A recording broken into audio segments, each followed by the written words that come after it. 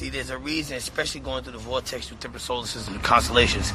There's a reason why they use A through Z, 0 through 9 and 0 in the solar system. It's very powerful. A lot of people don't understand that. I am a chosen being that will make it off the universe, this planet, in an extraterrestrial crowd. Hey, girl, can you say bling bling? Bling bling, bling bling, bling bling, bling bling.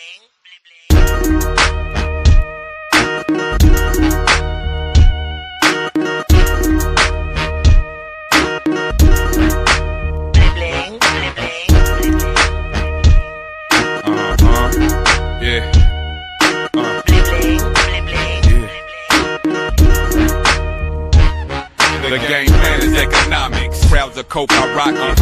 Murder for hire, kill motherfuckers for profit. Swear to God, when I drop it, my album gon' be the hottest. Exclusive new shit in your stereo knocking. I place my life on stage in this hip hop hustle. Rap music's on commercial, they call it pop on the radio. Now who stole the soul? Now watch the music die slow. Lessons learned long ago when they stole rock and roll. The subject don't wanna touch it, fuck it. Right, busted. These rappers lacking substance. Straight woozle for the public, I don't get it. I'm supposed to buy the man's album cause he got beat. Gang banging on beats while real niggas die in the streets. You see, Shakur was number one. Had a death check the chart. You know one till someone kills your life. Imitates art. Is he an actor in a part or does that man really live it? I guess it really doesn't matter when the DJ stops spinning. It's just everything in the game.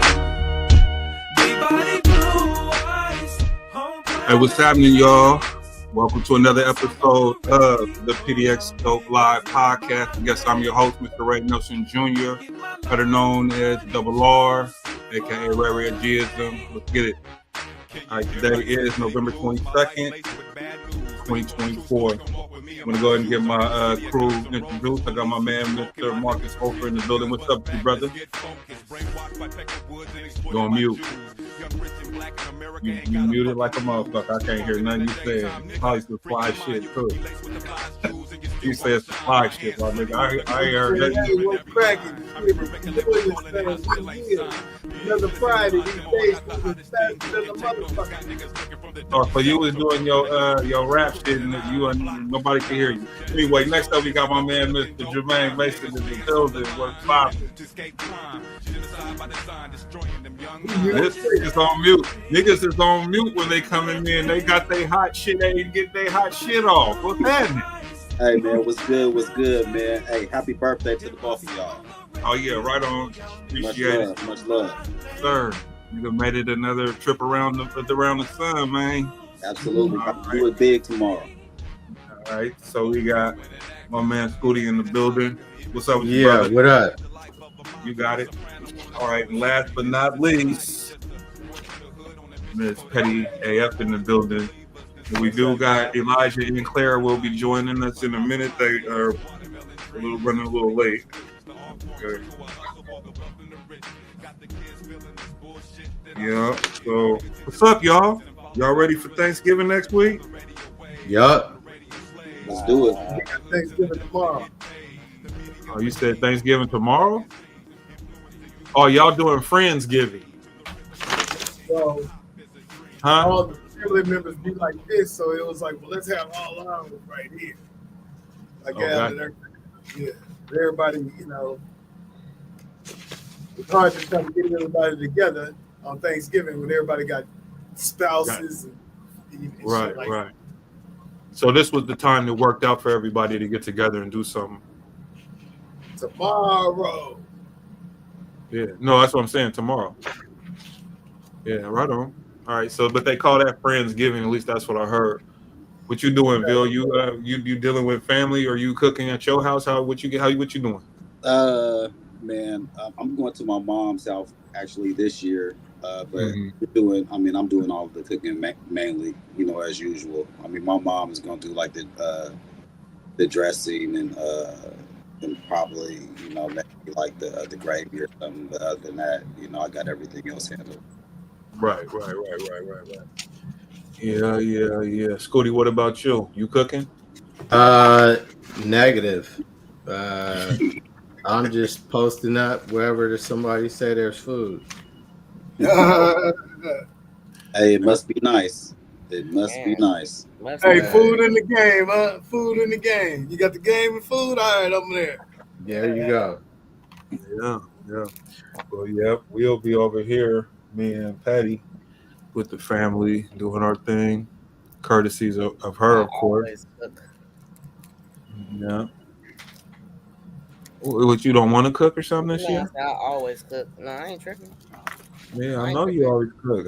I ain't nobody assigned nobody else that shit. They ain't doing it like that, so it's not really an option. Right. That's my point. I ain't So tripping. It's what it is. Nyree need to get busy and start She don't. learning this She don't shit. like touching meat, so fuck. Oh God. But she So that eat it though, right? Yeah, man. Listen, I'm sick of her. Yeah, shit. and her little fat ass sister in there making all that noise. Yeah. Hey, what's up, P Grader? Ebony in the building. What's up, y'all? Happy Friday. Happy Friday. Mm-hmm. Yes, indeed. Man. Well, God damn it. We got birthdays everywhere. I want to go. We might as well get this birthday thing started. So first off, I want to give a happy birthday. This is for the November people that I can remember. Forgive me if I forgot you. But my little cousin Norman, my cousin Jamie, my cousin Crystal, um, my uncle Ricky. Um, Terrence. hold on. I got my little brother Harold. Oh yeah. Okay. Happy birthday to Mark. Um, then then we got me. Happy birthday to me. That my birthday's tomorrow, actually. Then Sunday, happy birthday to Terrence and Reynold. It's their birthdays. Oh, and to my nephew Mason Grant. His birthday is the day after mine as well. And by the way, my sister, she's supposed to pop on the show. Shout out to my sister. You know, her son, my nephew, is going to the Pee Wee Super Bowl. He plays in Texas. Boy can play some ball, but he's a good football player. But here we go. What up with you, sis? Oh man, trying to get all this stuff situated with the camera and everything. I see you out here sideways. What you doing, boy? Nothing. There we go. There we go. Baby. What's wrong with him? Over there acting up. Say What you hi. being Tell bad for? everybody hi and bye. Tell them hi and now go bye. Tell them Hi bye. baby. Hey, Okay. Hi baby. Kaden. He didn't Oh, even like to talk on the phone. I don't even know why this is happening right now. Hey man, he's born for the game. mhm. Hey, Nathan, take him, give him some candy and go to your room. That'll work. He can have candy. Take an Hi orange baby. in there. Hi. Get him and get an Up. orange at the bowl. Hi What's up, baby. buddy? What's up, You man? got it. Sorry, Ray Ray. Oh, you. Here, come That's my on, nephew. Nathan, please. Get him. No. Take him in your room and give him orange. Go with your brother. Yes. He said, yeah. Go take it in your room and open it. This one else. Mm-mm-mm. Who that grown man Please sitting pick the baby up. Take him in your room and open it up and give him the orange. You want me to pull Thank you you. on in a minute, sis? You got it together? You cool? Put the camera on you. Where Me, you got yeah. it? Anyway, Are you talking about me? yeah, I'm talking to you. Turn your camera right. You do the sideways or what you got going on over there? Hey, what you doing for Thanksgiving? Yeah, man. Come back to us. Come back to Okay. us. All right. Say, my little nephew over there wilding out right now. Rambunctious. You trying to do shit. He talk Yes. good. Yeah, listen, man. So his big brother, the middle kid, Mason, he's a football player in Texas, Pee Wee. He's 11, but he's one of the best linemen in the state for his age group. Yeah, he's a real deal.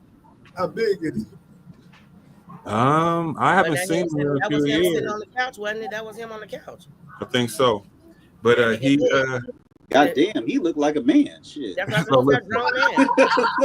I thought that well, was her listen. boyfriend or some shit. No, I think that's no. I think that was that's his big brother. I think I couldn't really tell. Had on the Look at that jersey. nigga.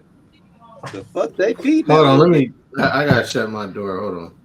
All right, yeah, no, he's a baller, man. Yolanda, Oh, actually, I'm so I home. have the link. They'll be playing. They're streaming the Shit. game live on Show YouTube out, shit. at noon our time here. So it's 2:00 their time. So it'll be noon here. But I got the link to the game. So that time I'm shutting everything down. I'm gonna sit down and watch him. He starts both ways, but he's starting tomorrow. From what his mom was telling me, on the defensive line. Who that? My nephew Mason. That big nigga that was sitting on the couch. I thought that was her man.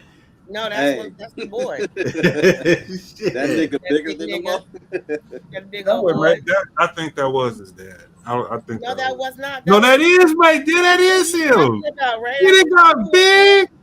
That I ain't nigga- seen him. Hold on. Okay. Hold on. This is my 11-year-old who will be turning 12 this Sunday, who is playing in the game. He That nigga look like he I retired. can see he's still a child. yeah, Didn't he have a hat on? Man, hey, Yeah. hey, that's a man child. Didn't he Yeah. have a hat on? No, you got a Yeah, man I child. thought he looked like somebody's uncle with that hat. Yeah, I knew what I seen. Shit. It used to be my dad's hat, so he rocks with San Francisco. Okay, that's what's up. We ain't doing Oh, this. I knew it was something about I liked you. Everybody got silent on that one. I knew What'd it you was say? something I liked about you, boy. Yeah, You gonna have a good game. The Yeah, football yeah. guys is gonna be Yeah, on but I'm his gonna tell y'all a little backstory. So we're winning team. What'd you say, What? Don? So we gonna be watching tomorrow. The game. We're gonna be watching. Tell us the What you story. gonna Mason? What you gonna do tomorrow? You gonna get down? Gonna get a couple of sacks? What you gonna do? Talking to you, I'm not man. gonna get any sacks. I'm a king. Oh, okay. Oh. Okay. Make sure they can't play the next year.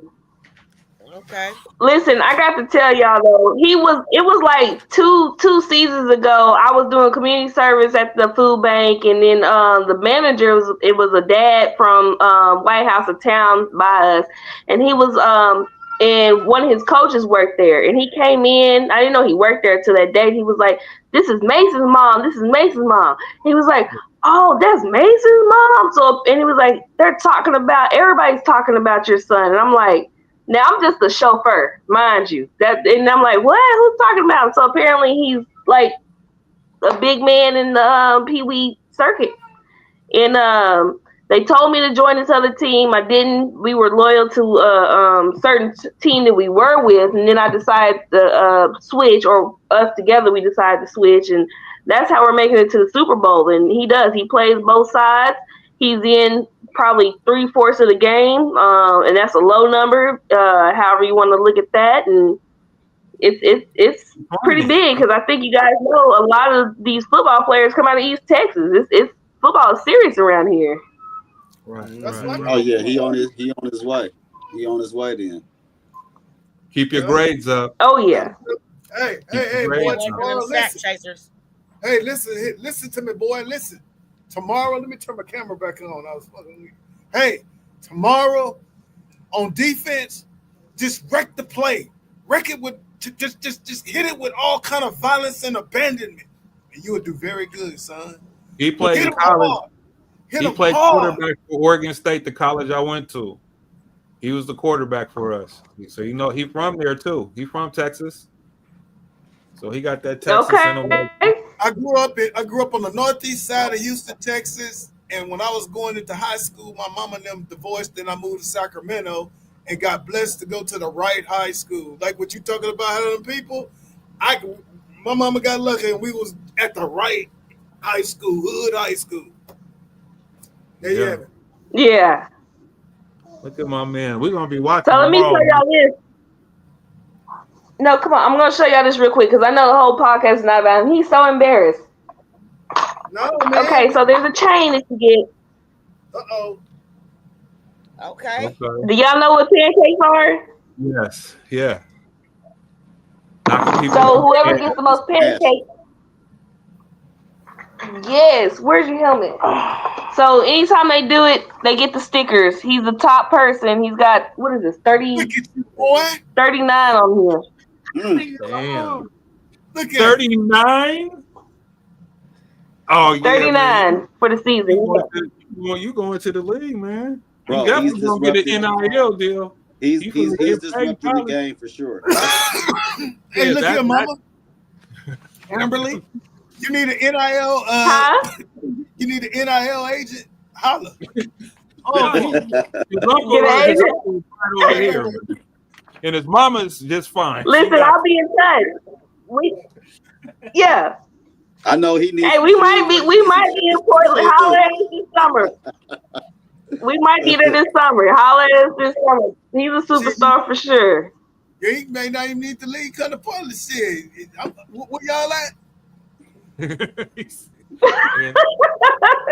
What part of, you in East Texas? Dang, you done got East big. Texas, Tyler, Texas. Yes, we are. You know, a couple people that came out of this area from From where? Oh, it sounds. Oh yeah, I heard Paul. Look at it, his arms. I think she was gonna start saying from Longview. Oh, no. Okay. My So sister lives in East Texas. Yeah. Yeah, okay. See, they're in the hotbed. Mm-hmm. Get a $10 million deal from A&M. Right. As a freshman, as big as he look, God damn it, he look like he got a driver's license. Yeah, he 11. He 11. I mean, I ain't seen him since he was like, I think 8 or something. That nigga. Time to take a trip. No, he was even younger, but he was playing still back then, though. He was still playing. Yeah, that's why the first thing I asked you when you said that, I was like, how big is he? And now we said, told you that's that big nigga on the couch. I didn't believe it. I was like, no. I told you, I was like, I've been seeing the picture she sent me all the time, like that nigga. No, big. I know what my nephew looked like, nigga, but I couldn't tell what he looked like on this picture right here. Yeah, that nigga so big. who is she to you, Ray? That's your my sister. Yeah, that's my mom's only daughter. Yeah, my youngest. She's the youngest one of all of us. Yeah, so she's down in Tyler, Texas, right outside of Dallas. No, yeah, he definitely, man. He can stay healthy, man. As long as his grades is right, he gonna be cool. But see, that's the thing. The South be breeding the men-child. I remember this one dude we had. I was in 6th grade. He was in the 7th grade, but he had a beard. Dog. He was lifting more than everybody, dude, and they was recruiting him because he was so like he was like before Tyson, his name was Kevin something, but he wore glasses and he looked like somebody's dad, but he was in the 7th grade. Jeez. That's how Mason's gonna look. Mason's pretty big. He's about 186 and 5. I'm 5'3". No, you're not. This your hair. No, baby, you're 5'4". No, for real, take the head off. He's got hair. He's got the high top. So, you know, at the doctor's office, they stop it at the hair. Oh, so you ain't giving him his hair for give him all his number. 186. At 11. Right at 11. That's how. Hey, bro, that's how big I was as a freshman in college. No, let me see. 80. No, my 2nd year in college. Right. Hey, Ray, let me tell you what your nephew do to me since he had a growth spurt. He puts his arms way up in the air and says, "Give me a high five." And then I have to kind of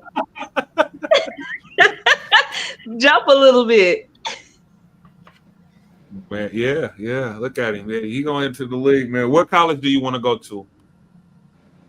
Texas Tech. Oh,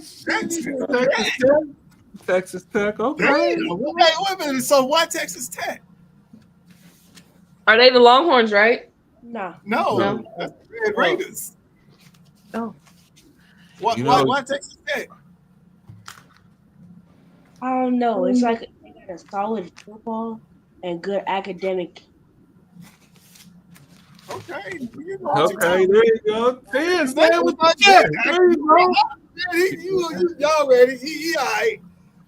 Well, I gotta brag a little bit. I gotta give y'all some context from what he said. So he's in the 6th grade, middle school here.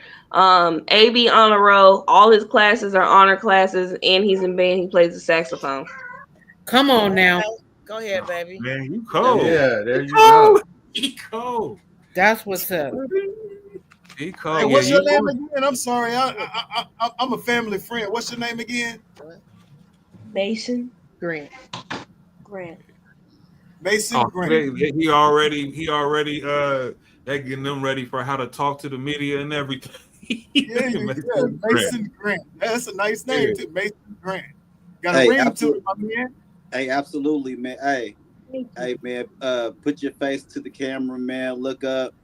Hey, man. Be proud of yourself, man, because you accomplished a lot right now, and you got a lot to look forward to, man. So be proud of yourself, man. But always look up, look in the cameras, and smile, man. You got a lot to be proud of, man. Let people see that smile on your face, man.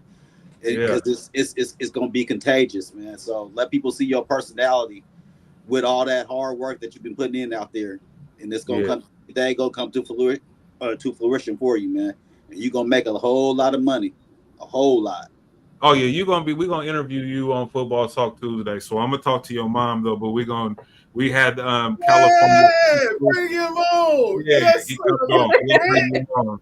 So we're gonna do a full interview and we're gonna talk nothing but football. We're gonna get to the show, but Football Talk Tuesday, I'm gonna talk to your mom. We're gonna get it organized and we'll interview you. We interviewed California's top running back last year. So we take a kid, just playing high school, Pee Wee, whatever it is, but we want to go ahead and feature you on that show for real.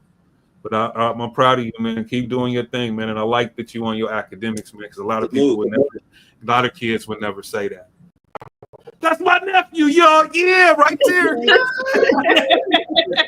Hey, Mama, that's my nephew, man. I got a silver lining here. I got a silver lining here.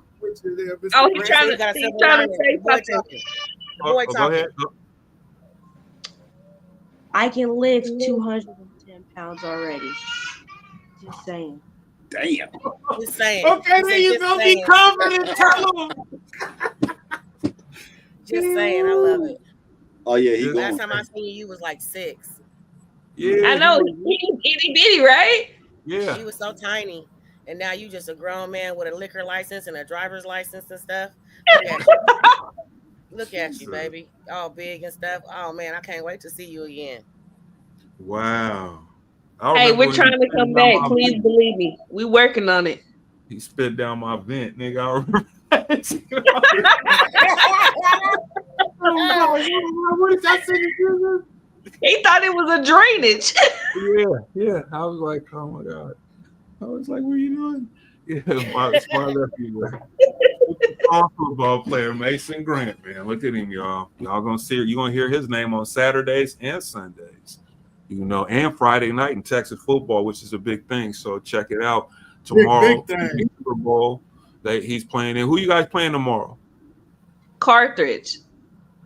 Or I didn't say that right. I can't get out my name. Carthage. Hey, that's Carthage, where, Texas. Big Brad went to that school. A cat that played lineman with me at Oregon State went to Carthage. Okay. Well, listen, I have some statistics here. So they've won a few games, 42-16, 44-0, 38-0, 32-16, and we have like 36-0, 36-0, 36-0, 26-0. Our defense is off the chain. So yeah, I think we're gonna be all right. But yeah, y'all check it out. He's number 88. Ain't nobody scored against these niggas? That's what our defense is, and he's starting on defense. Put your hand up. So they just shut the whole shit out. Right. Yeah. Right. So you already like doing Jamari. that, my young man. I'm already doing that. What you talking about, Mr. Ofer? Looking like Jamari. Looking like a younger Jamari. Yeah, and I know. I can see it. And listen, he probably getting offers Already. You're like that. Hey, look, quiet as kept while he's bullshitting. Already got an offer from Texas A&M. I'm assuming nobody from Tyler, Texas is watching this, but he really was recruited to this team. No, They was one of the his classmates. He's okay. Come on, it's okay. Come on, baby. One of his classmates was a coach's son, and they was trying to recruit him last year at the Valentine's Day party. And then they tried to do it at a game, like poke their head under our tent. Who's his mama? All kind of stuff. But he's So they go with the Range Rover in the parking lot, man. Right. If y'all log in, he's number 88, y'all. 88. He used to be number 8, and then he had to change his number. He said 88 was what? Double the trouble? What'd you say? Yeah. And what's his high school is Tyler or Longview? No, Tyler. Tyler is Legacy. Hey, what's his coach name? Right now? Yeah. Right now he's in middle school. His PB coach is Quentin Warren. Oh, okay. For some reason, I'm thinking he in high school. You look like it. I know it. And I think the high school coach, he went to Oregon State too. His name Adrian Woodson. Adrian Woodson. And where does he coach? Here, open this up, Nathan. Please. I think he's the head coach at Tyler High School. Tyler High? He was the legendary quarterback there back in the 90s. Somebody upset because there was a few Texas boys that was at Oregon State back in the day. And like Adrian's from your area where you guys are at now. Yeah. You talking about Adrian Pierce? Adrian Wilson guy I was just talking about. And then there was another guy who went to Carthage that was a big lineman that was there at the same time, who y'all finna play tomorrow. And he was like a legendary lineman from Carthage. They actually retired Big Brad's number. Yeah, it's a few guys from this area in the NFL. It's a couple of them. They come back and they do these workshops. Who? You know somebody? They do workshops here in the area for the boys. Okay. All right. Well, shit, we're going to go ahead and get this thing rolling. Nephew, Tuesday. I'll talk to your mom and find out what time. Make sure it's early enough that you can do the show. I'll try to be off early so that we can do a full-on interview with you, because I got a lot more questions, and we'll see what happens in the Super Bowl tomorrow, so we'll be able to get a chance to watch it. I'll take the link, and then we'll make some highlight footage for you and all that. 39 pancakes. All right, yeah, we're going to talk about it for sure. Hey, good Thank luck. you so much. Thank you for having us. Good luck. Oh, good luck. Thank you. We're going to hop off because apparently we got a bad customer in the house. Thank y'all. All right. Nice to meet you, Mr. Mason. Love y'all. Bye. Love you too. Bye. Yeah, that's my nephew, man. That boy in there doing this thing. He got that look. You know, he kind of looked like your boy that played for the Lakers. Who's that? The big tall cat. He always had potential, but he was hurt all the time to play for the Lakers. Bynum. Bynum. Yeah, he looked like Andre. Got a little Andre Bynum to him. Yeah. So, let's see. The first topic I have tonight here is it's about this college basketball player. Don sent this to me. It was in the chat thing with this cat here. Basketball player collapses and dies after workout. A basketball player at Alabama University, Mobile, is dead after collapsing after a gym workout, according to his coach. Caden Francis was a freshman basketball player from Fort Lauderdale, Florida. University President Charles Smith said in a message to the students, Francis was found unresponsive shortly after a weekly skills workout with the university coaching staff and trainers. According to the Associated Press, students and medical professionals attempted to render aid, but despite the quick and heroic effort, Francis died on Tuesday, according to Smith. A cause of death was not released. Francis was recently passed multiple health screenings, including heart and lung evaluations, according to the Associated Press. You guys hear about this story? That shit was weird. Like, I seen that you said. No, this is in the I put it in the when I sent the email out. Yeah, I put it in the chat like yesterday. yeah, it was in the chat. But yeah, young cat, man. Yeah, that ain't happened in a long time. Yeah, We went through a stretch with Lynn Byers, then Hank Gathers, and then our guy at Oregon State. What's his name? you Ernest talking Killer. Ernest Killam, yeah. But Yeah, we had a kid at Grand High School that in Portland who died like that too. I really? mean, no, these incidents are happen quite often. I mean, happen a lot. You know, kids I don't having think heart that happened illness. when we were From that Lynn age. Byers to what? It happened, 90? it happened to what's his name? That Tony played for Hobson? Loyola Marymount, and he died here in Yeah. Portland back in 1989, 88 or something like that. That was Hank Gathers. That was Hank Gathers. Yeah. He gathers, yeah. He died here in Portland, wasn't it? When they were playing the Pilots. I don't know where they was playing at, but shit, I know that motherfucker shot at dunked and died or something. It was some weird shit like that. Mm-hmm. Yeah, I remember that shit because he was dope. It was him, And Bo. and then homeboy from Boston that passed away on the court. Reggie Lewis. Reggie Lewis. Yeah, Reggie Lewis. Yeah. There was a bunch of them. But there's been some kids in high school. There were some kids in high school that's happened to. Let's take a look. Let me see. And then from what I understand, and I'm gonna try to see what happens, but is that it goes undetected. It's usually some kind of heart defect or something like that that could easily be fixed if you know about it. If it's detected. Yeah, if it's detected early, right?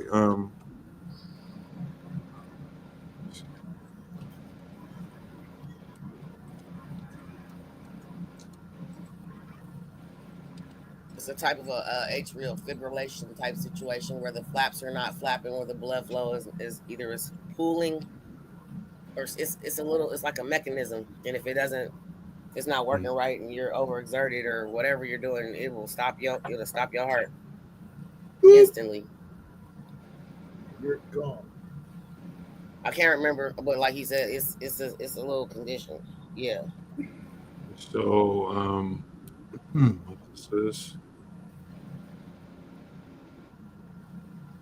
So athletes' heart describe differences in the heart's left ventricle and other changes that happen when you exert yourself for an hour a day on most days of the week. The provider can pick unusual heart sounds throughout a stethoscope, stethoscope or testing. However, this is harmless condition with no.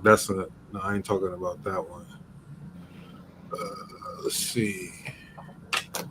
Excuse me, y'all. I need to go potty. Thank you for sharing. This nigga just say potty? Yeah, he did. Yes, he did. Oh, that nigga acted like a 2-year-old. I mean, just announcing it. Like, we don't need to announce it. Be right back for it. Man, shit. What's up with Denzel? Man. I thought you was gonna leave with that first. Well, we can go ahead and lead with that too. We can weave this thing. We're not stuck on them, but yeah. Are you talking about him and this drinking and shit, or him? Well, I mean, I'm not talking about the drinking part. I'm you know what the kiss and roll? So, shit, he said. So he was on the interview, and he brought up in the movie, what is it, Gladiator 2? That he's in, that he kissed a dude, that he kissed another man, in the movie, and he brought it up in the interview, and they cut the scene from the movie. Yeah. So people were like, it was kind of weird and strange that he even brought it up, that he even did that, and it's not even in the movie. And the person, I guess they had asked him about it, and they denied it, like, nah, it wasn't in there, or whatever the case may be. And I'm just wondering, what's going on, man? Like, what's going on with all our people, man? Like, at Denzel at Denzel's age right now, why is this happening? I would just want to know, like. Well, we'll hear. Hey, well, I'm glad they cut it out, but I was just having a conversation about that shit. I'm like, what the fuck are you doing, Denzel? What's going on? Hold on, so serious. 25 years later, he makes a big return. You are a part of it. Why did you want to do it? Because he asked me. I mean, you know, Ridley Scott is Gladiator. Because he asked me. Simple as that. And a good script, very good script. Yeah. Mm-hmm. We see you do things in this movie we haven't seen you do in a little bit. Like, you're wonderful in everything that you do. You're wonderful in everything that you do. Thank you. When they talk about Oscar buzz, at this point in your career, how do you process that? Let's let it happen first. Well, the buzz is nice, you know, but, you know. Yeah. No, I didn't want to say what I was going to say. It had to do with buzz.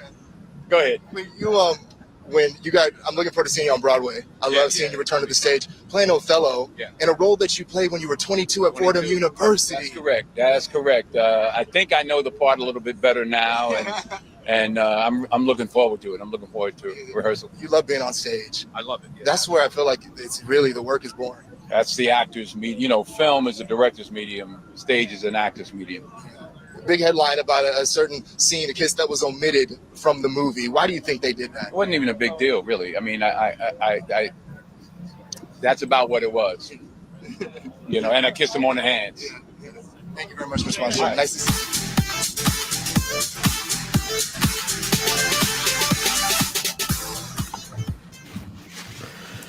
you. Well, I mean, anybody can go. I don't really have anything on that. I mean, did he say that he kissed him on the hand? Yeah. Yeah, on the hands. I mean, shit, that's cool with that as long as it wasn't on the lips. I thought it was on the lips. Man, I didn't know. I just was hearing what you was hearing, Jermaine. So I didn't know. So I mean, I'm like, that ain't. I mean, I want to see this movie. I was a big fan of the original Gladiator movie, and so this is something I really wanted to go see. But I was like, when I started hearing those, what you were talking about, I was like, not Denzel, because anyway, I was just like, nah, it didn't make any sense to me. Yeah, not like that, you know. And so I just wonder where that came from or whatever. I guess, but who gives a shit? I mean, if we see, he said this is where all that came from. Was this what we just played the actual reason? You know what I mean? That it was such a big deal to people, you know, and they just ran with it. He's going to get an Oscar for that. Yeah, but now it's everything about clicks and, you know, doing just that. Have us click on it and talk about it. He's going to get an Oscar for it too. Well, for the movie, just for mentioning the kiss and all of that. Yeah, that's how they get it, man. That's how they get it. I promise you, he'll win. Well, I want to see it because mark this day. He gonna win. Well, I did some reading today. That's what I was doing most of the day. I had the day off today, but I was reading about his character, you know, and who he was, you know, based, you know, on real life history or whatever, wrong. And so he was an outsider who became the emperor or whatever, but he got it because the predecessor got murdered or whatever. But anyway, he had two sons that was co-emperors, but they hated each other. And the one, they was doing a peace deal at their mom's house, you know, chilling. Nobody had weapons, and then his older brother had his people come in and murder him and shit. Like it's a cold story, but that's what this is based off of. So, but he was, before that, he was like he was high off in the government and shit. But then when they didn't have a king, they made him, because he was the smartest dude at that time or whatever in the administration, so to speak, or whatever. But that's the rough of it, because I just really, when I seen who he was playing, because I wanted to see the movie, so I was seeing who he was playing, what character it was, and all that. And so then I just went into the whole Roman history stuff, but the stories behind it, though, it's some interesting shit. Politics, murder, death, mean, you know, sex, it's all there. It's all there. Nothing changes for real. No, I But I love want to, Gladiator, so I'm most definitely gonna watch it. yeah. I want to see how it compares to Gladiator, because Gladiator is one of the movies I could just turn on and watch it front to back. Yep. You don't even trip. You know what I'm saying? Like, and watch it though. You know what I'm saying? Like, it's something about those type of movies. Yeah. So, well, anyway, we're gonna move on from Denzel because that wasn't no spice in that.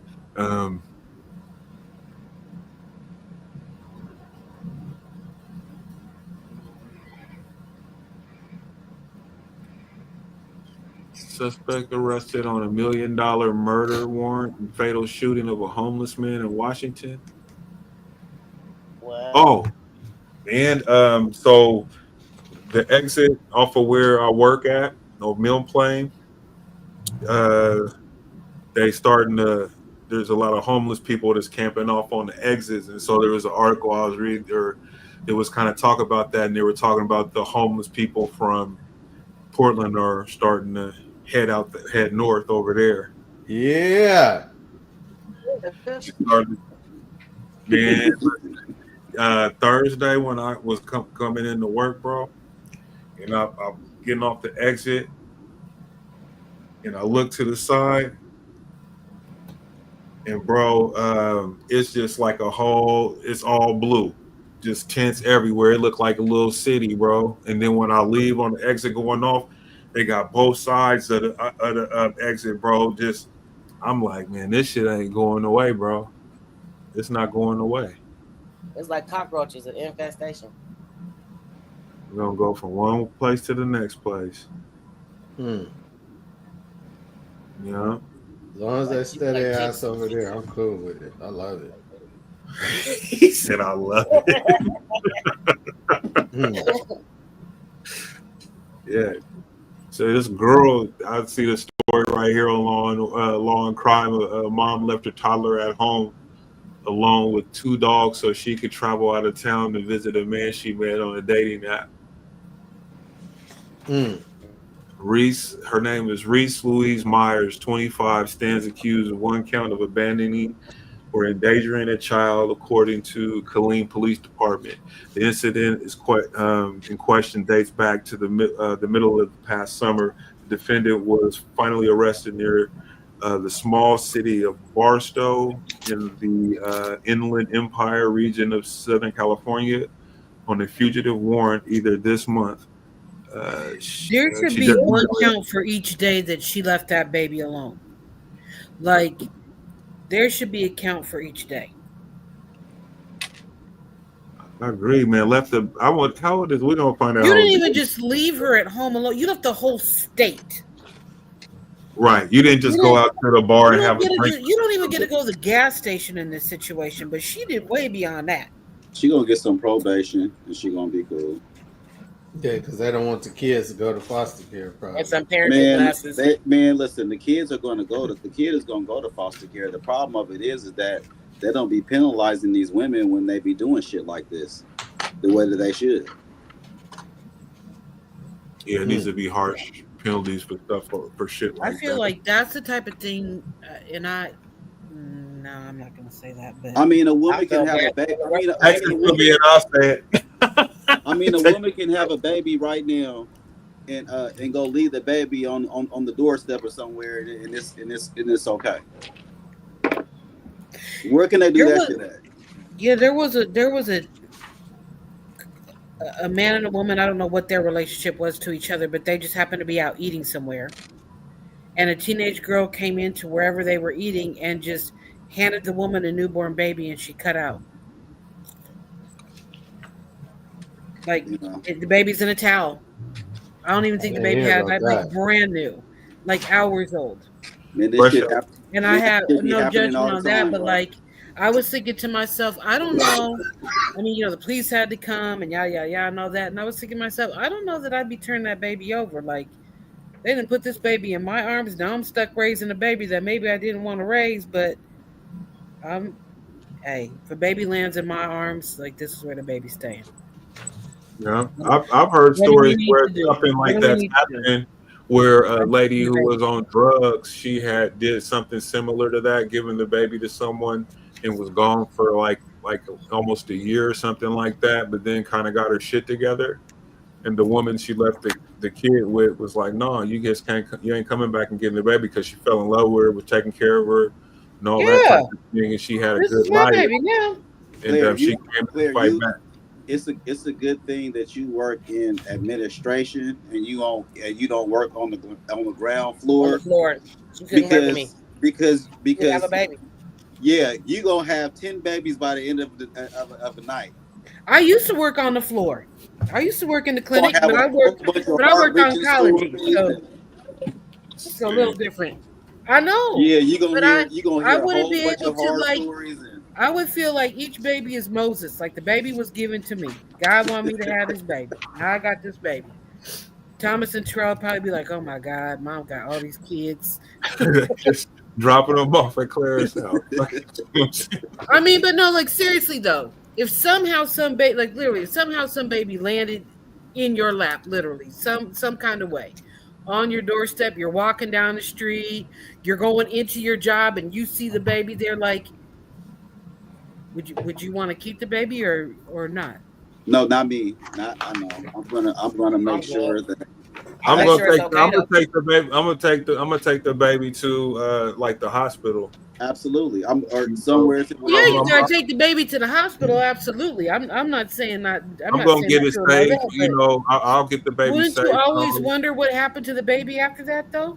I'd probably be the kind of person that would probably keep in touch or want to know, how the police or whoever the caseworker is, if they could, keep me posted. Yeah, if that was a possibility, but most cases it probably wouldn't be. But other than that, though, that's a heavy responsibility. You know what I mean? That's not a stray dog or a stray cat. That's a person. I've raised 2 children. I understand this. I've done this. Hold on. First of all, I absolutely understand this. Yeah, but I hear what you're saying too, Claire. I mean, because the baby's innocent, if they fresh. I mean, like she's talking about the baby was not even a couple hours old, and the baby was just put in this one, like she just put the baby in her arms, and the woman sitting here holding the baby for like a long time, like the baby's comfortable, they're quiet. Like that would bother me forever, knowing like the baby now this baby's out there somewhere and. Whoever the baby land with, are they safe? Are they good people? Because foster parents aren't guaranteed to be good people. Well, the story that I know of when that lady was trying to come back and get her kid, I didn't like that. I was like, no, she shouldn't get to go back. I forget how it turned out. But it was like, and I'm like, how the fuck you just gonna go off and fuck off and get high and all that and leave your kid with somebody, and then you want to come back talking about you got your shit together. Kid is eating every day, going to school, clean. You know what I'm saying? They don't know nothing about it. They over all that shit. They like, this is where it's at, and then you want to come and pull them from that shit because you still you like 30 days sober. That shit ain't fly. That shit ain't cool. Yeah, but I'm wondering, is this more of a maternal issue? Like, so the men on here. So Ray, what would you do? Would you keep the baby? Or would you, turn the baby in and try to make sure the baby had an adequate place to stay? I would look to get the baby into an adequate place to stay. Okay, Mark, how about you? What's that? Would you, if you found a baby in those circumstances, like Claire said, somebody gave you a baby, you were sitting there and just took off. So would you keep the baby, or would you turn the baby into, social services or, the hospital or somewhere where the baby can have adequate care, or would you just keep the baby? I don't know. I would sit on the baby for about a day or two just to see if the energy is saying yes, do it. And okay. Yes, I'm gonna keep it because I think God, for some reason, has put this child in my life. But if my energy is saying, "Boy, go call them people," I'm calling them people. Okay. How about what about you, Scooty? What you think? What would you do? If somebody just dropped the baby off on me, right? What's Yolanda gonna do? What's sis gonna do? No, we don't want. No, we don't want to hear what Yolanda gonna do. Because Yolanda ain't on here. What asking men right now. what I would do is I wouldn't keep the baby. I'll tell you that. I'm gonna call somebody, and they gonna come get the baby. But I ain't keeping no baby. Okay. So Claire. I mean, don't get me wrong. I would want to do it above board, right? Like, I'm not going to get into a situation where now the baby's 5. You got to go to school. I don't have a birth certificate. Like, we're not going to get into that. I would absolutely want to do it above board. And yeah, we're going to take the baby to the hospital and all that. But Mrs. Social Service person, who you probably ain't nothing anyway, I'm going to call Antoine and say, hey, what I need to do to keep this baby? Got friends in high places. Got friends in high places. And we already I'm know gonna bring Samaya to your door. Well, look, this Samaya have a friend. And Don, we already know what Don gonna do. Don gonna keep the kid too. So I'm done, nigga. So that's she got her all fucked up. She's I'm like, done. After this is it, nigga. This is the last. Okay, so we ride, pretty nigga. much, so we pretty much split. So Mark, you said you gonna keep the baby. Mark said he would sit on. I ain't sitting on shit. Yeah, y'all can get Claire the baby. Market will keep the baby. I'm gonna feed the baby till help come. You know what I'm saying? But I would hope you was a fucking animal, are you? I'm gonna feed the baby, you know, and all that. And But all that shit, like, how you do all that shit, The podcast gonna co-parent. Yeah, nah. Hey, like, listen, man, that's the those. But okay, so the hardest. Okay, so check this out. So, say for instance, if one of your family members or something, they're going through something, right? Like I kind of explained the story I was just saying earlier, and then they leave you with a kid that you agree to, take care of while they're gone. Said it's a certain amount of days, but then they don't come back for like a fucking year or two. I got a good answer for that. I'm gonna go ahead, bro. No, that's the question. So what would you do? So what I would do is there's gonna be some legal documents that's gonna be signed to cover myself and the kid. Because let's say a kid break his leg, I can't do shit. Because we had one of our nieces stay, and that was one of the things that I brought up. It's you got to cover yourself, man. I mean, if so and so, if the biological parent is gone, you have no say on to save the kid's leg or what. You know what I mean? And Right, it's on business. Medical. You're standing on business. You documents got to be signed. Food stamps gonna be coming to help. All that shit. Shit, like your nephew. Shit, he looked like he eat more than some goddamn Fruit Loops. I need some groceries up in this kid. Right. Now, what about you, Jermaine?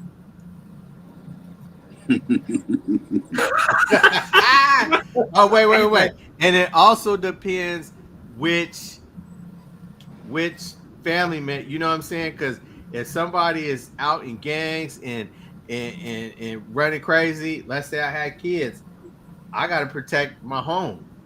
You family, but I ain't gonna let your outside shit poison my situation. Okay, yeah, because how old the kid is matters, right? Like, yep, there's a difference. Let's say young. Let's say young. Let's Let's put a cap on the age, because that you're right. That definitely changes everything up. Let's say like a young kid, like 2-3-year-old, very young. Oh no, I'm not keeping no 2-3-year-old in my. Does your wife have the ability? But what you gonna know? But here's the scenario though. You're watching a kid, boom, and they dip. There's no scenario where a 2-year-old is staying at my house. There is no scenario. You know what I mean? And your wife doesn't have the ability to sway that. Oh, absolutely not. And she wouldn't. She'll be like, no, like it's cool for like maybe to spend a night like a cousin or a niece or something for like 24 That's what hours. I'm talking But about. For they like do that, then they 24 never come back. hours. And then they They never shook come your back. ass, nigga, and then come back for the kid. And you end up having the kid Jermaine's longer than looking like, don't expected. play with Is me. what I was Hey. asking. So that's So the I mean, scenario. what would probably end up happening will be, I mean, we would be trying to contact. Well, who is this child's father? Hey. We would be going to grandmas, aunties, DHS, brother. like DHS. Oh, shit. DHS. Right there. Woo. I'm not gonna do DHS on no family, but I mean, Shit. we most DHS, definitely brother. we Mark, most what definitely about gonna do some calling around and seeing what's gonna be the best fit, because in my life, me and my wife, we both work, and that's just not Yeah. conducive to what we got going on in our I household. mean, that's a real thing. And we can't have nothing that no outside entity come in and disrupt what we got going on. So if the kid was older and the kid was bad, and the kid, we got rules and shit over here, and the kid don't want to listen, the kid got to go anyway. So you know what I mean, like, and we would be finding somewhere for that kid to go. We ain't the only person that kid know. DHS. Well, Uncle Jermaine, we like staying with you. Yeah. But if you got to be able to listen and follow rules and shit like that. I'm okay with certain things as long as you're able to do that. But if I feel like I'm having to work harder with you than I am my own kids, oh no, we ain't doing it. And plus, I'm gonna have a shorter leash with you anyway, because you ain't my own kid. So, and then depending on what kind of addict, I mean, I don't like all kids either. You know what I mean? I'm gonna keep it 100. I'm not a nigga that just like, oh, it's just the kid is just cute. No, man, I don't like that little motherfucker, man. Like, he ain't cool. And keep him away from me. You know what I mean? So I'm one of them. They gotta also disclose all the shit that goes on. You see what I'm saying? Like, what if Johnny is a fire starter? You see what I'm saying? That's what I'm saying, bro. This shit is real, man. You fuck around, you trying to do the right thing, and nigga, you gonna be in a goddamn tarp in Vancouver living. Because Johnny then burnt your goddamn house up. Or trying to molest one of your kids, or trying, you know what I mean? Like, you just don't know. Right. See? DHS. Sound better. The more and more we talk. Don, what are your thoughts? What are my thoughts? Yeah. We already know Don's soft ass going. No. See, no. Let's get this shit straight. Get right quick. Like Jermaine said, I don't like all kids. I'll be mean to that little motherfucker because I don't like it. My grandkids are different. I have my grandkids. They're from me. Without me, there's no them. But somebody else's young kids, yeah, I'm good. Cause I'll go to jail, and cause I'll fuck your kid up. Just saying. So I think, Mark, what about you? I used to always have a saying, I don't like nobody else's kids but mine. For the same reason Jermaine and Don said, because everybody else's kids, they raised different, and they ain't raised and got that thing that you and your kids got when, they cutting up, or when they think they want to cut up, so, but if, I don't know, you was talking about a 2-year-old, if they dropped a 2-year-old off? No, man. Yeah, someone that's young, and then you kind of like grew to like the kid, kind of like that. That's Pampers and shit and all that, nigga. Like, that ain't potty trained or nothing, nigga. Like, man. Devin was potty trained too. Yeah, I guess that too. Yeah, you should be. Devin and I was potty trained too. They potty trained. Yeah, two's about right. Man, I'm gonna find. I have to buy some pull-ups for nighttime or something like that or whatever. But yes, I ain't got time for all of that. I ain't got time. I'm just gonna thinking up the garbage and shit, man. Okay, Claire. What about you, Claire? So I've had 2 real life experiences. First being in my 20s and keeping my friends' children because the husband and wife were going out of town, right? They're like, we're going out of town. I knew they were going to, if they weren't going to return, it was not going to be voluntarily, right? It was going to be because of injury or death. But to Scooty's point, they actually did write some things down on a piece of paper, giving me that level of authority or that level of permission to make decisions in the event that something happened to them and they didn't return, or they didn't return as expected or right away. So, like I had kept these children all the time. I didn't think much of it. But, at some point you'd have to think like, damn, at 22, 23, I could end up with these children. They came back, wasn't a big deal. They were healthy, fine, all that's good. But like it is a real thing. And we did have papers in place in the event of that. More recently, I had a friend who had a medical emergency and was in a coma and with 3 underage children, 2 of them being small, and didn't know if she was going to come out of the coma, didn't know if she was going to live, no idea, right? Her mother has passed away. Didn't know what that looked like. The oldest child was like, I want to be with you, Auntie Claire. We had to make interim arrangements for the children because there weren't family members here to do that in the way that needed to be done. But in a moment, I started thinking about, how do I rearrange my household in terms of bedrooms and beds if these children need to come live with me, because I will be damned if they go into the system, right? Like, if there's one thing I'm not going to do is let any of my loved ones' children go into the system. I'm just not. Even if it's not what I want to do, I want to live my life. There's a lot of things I want to do. I don't necessarily want to have to be raising children again. My mother always raised other people's children. I have spent my life raising children. But before anybody's child goes into the system, they will have a home, and they will have a home with me, and they will be loved. And I stand on that, like I do. By the grace of God, my friend came out of her coma, and she was able to go home, and she is alive, but she was an hour or 2 away from death. Elijah. So I'm not sure. I would essentially follow what Claire is saying. As far as, I'm not exactly sure what the question is, but from what I'm following, if as far as taking on someone else's children, I lie where Claire lies. Of course, ideally, I would rather be able to focus on whatever I got going on. But ever it be the case, you know what I'm saying, to where I need to step up, I will. You know me, I have. My little brother is my first child. You know what I'm saying? Right. So, right.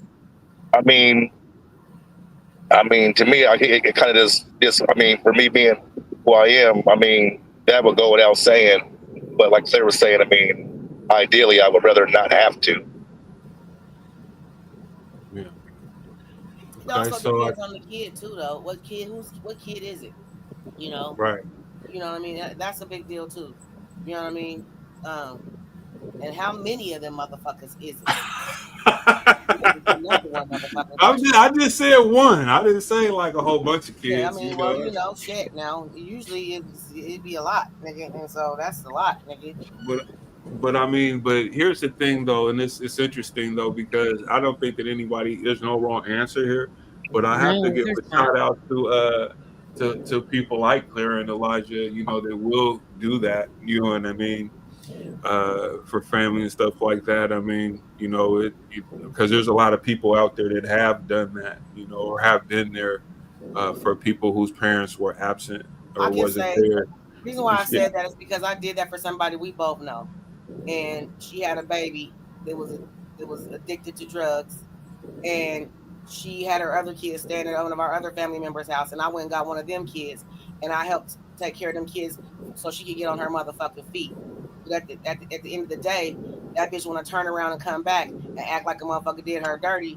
You know what I'm saying? Because you got to pay child support because somebody had to get some assistance for your kids to be able to eat. You know what I'm saying? And in turn, instead of you being grateful and thankful that the family that I have stepped up to help your motherfucking ass, you bit the hand that fed you. Yeah, So that's why I'm kind of like, depending on who it is, you know what I'm saying? Okay, but I've been burnt. So yeah, my grandkids most definitely I'll die trying. You know what I'm saying? But for Right, like right. kids, like granted, anybody on this panel, if y'all have some kids, like I'm coming. Yeah, Elijah. Yeah, I'm gonna get little Elijah because I know I can punch on him if he don't do what I tell him to do. You know what I'm saying? Jermaine's son. Yeah, I'll take him too. Yeah, all I know I gotta do is yell, and he gonna stop and look at me, and he gonna sit down. So I'm not really concerned about the people on this panel, and like that as far as that goes, or something like that. But there's other people's kids that I know I'm gonna hurt them kids because they not gonna listen to me. Okay, so we're gonna remove that. That's one of the variables. I'm just saying, like, let's just you like the kid. The kid is cool. If you watching the motherfucker in the first place, you have to like him to a certain degree, Not right? really. No. I mean, we've had. For me, it has to be that way. I don't know about y'all. I mean, if I don't like a kid, I'm like Jermaine, get that motherfucker away from me. I'm not watching. We've had like my wife's sister and stuff like that, her younger sister and stuff like that when she was younger, in like middle school and stuff like that, stayed with us, for a period of time, and on various family members and stuff like that. Whether it worked out, what I mean, like, and it was a decision that we kind of like both, sat down and kind of just seemed like, hey, well, if this, I'm okay with it. It has to work this way though. And if it don't go this way, then it ain't gonna work. And then most in 9 times, and this has happened a couple times. We've had other nieces and nephews that their household wasn't okay, and they wanted to come stay with us, and I was okay with it, and they were around my son's little Jermaine's age at the time. They were all like around like maybe like 10, 11, 12, 13, but and my house is different from their house. So you see, there's rules over here, and them kids, it absolutely is. And the kids ended up buckling down like, fuck that, we can't move around like we was moving around at home. We can't. Yeah, no, our kids be at home. Like, we know where the fuck our kids is at. Like, but like for me and my brother, we had. I mean, it was lucky for us. We had family that would tolerate us being around and stuff like that. But I remember hearing the conversations and stuff like that when moms was going through it and shit like that, and them having to the stress of them having to deal with me and my brother. You know what I'm saying? Or even my grandmother and stuff like that. They did it, or whatever,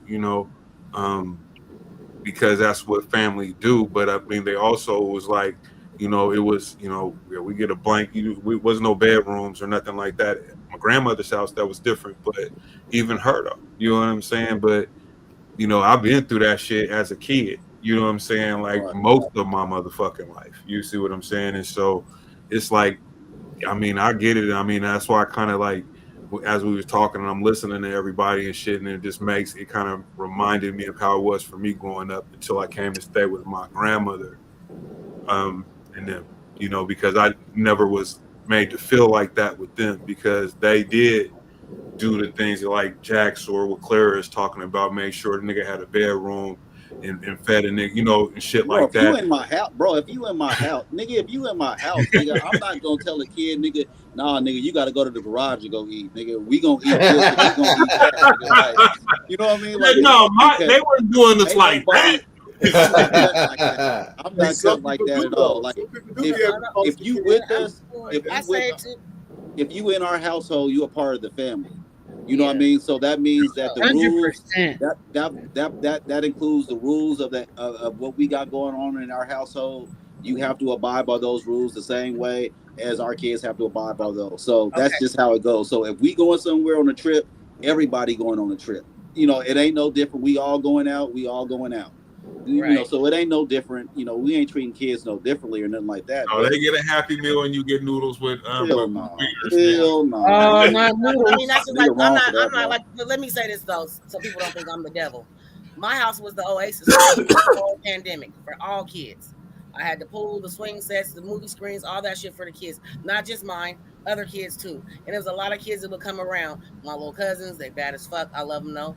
And then a lot of other little kids that I would let come around because they didn't have nowhere to go during that pandemic time. So a lot of kids want to come around and want to be around. And I see a lot of different type of little kids. And I yell a lot. Yeah, I yell a lot. I probably busted a few vessels, but I always fed. I made sure everybody had fun. Everybody was safe. Everybody got the same ass whoopings. Everybody got the same cussing out. All that shit. It was no discrimination. It wasn't no discrimination. So I'm not like the mean person that hates kids. No, I love kids, but I don't want your kids. But I don't want your kids. I will help, but I don't want your kids. I don't want to do it. You know what I'm saying? Like, I love my grandkids. That's different. Them is mine. I'm going to be involved regardless, so they might as well be with me. But other people's kids, I love them, but y'all got to go home. I mean, especially thinking, I mean, man, like, it's a lot of work. It's a major decision. It's a lot of work. It's a major decision to have a kid, and yes, it's a huge responsibility. And especially if you're single, and this kid just comes into your life, right? And you know what I mean, like, regardless of how you feel, I mean, you at some point you need to be realistic about, you know, what the outcomes can be for you within you taking on this financial burden. Yeah. Your capacity, right?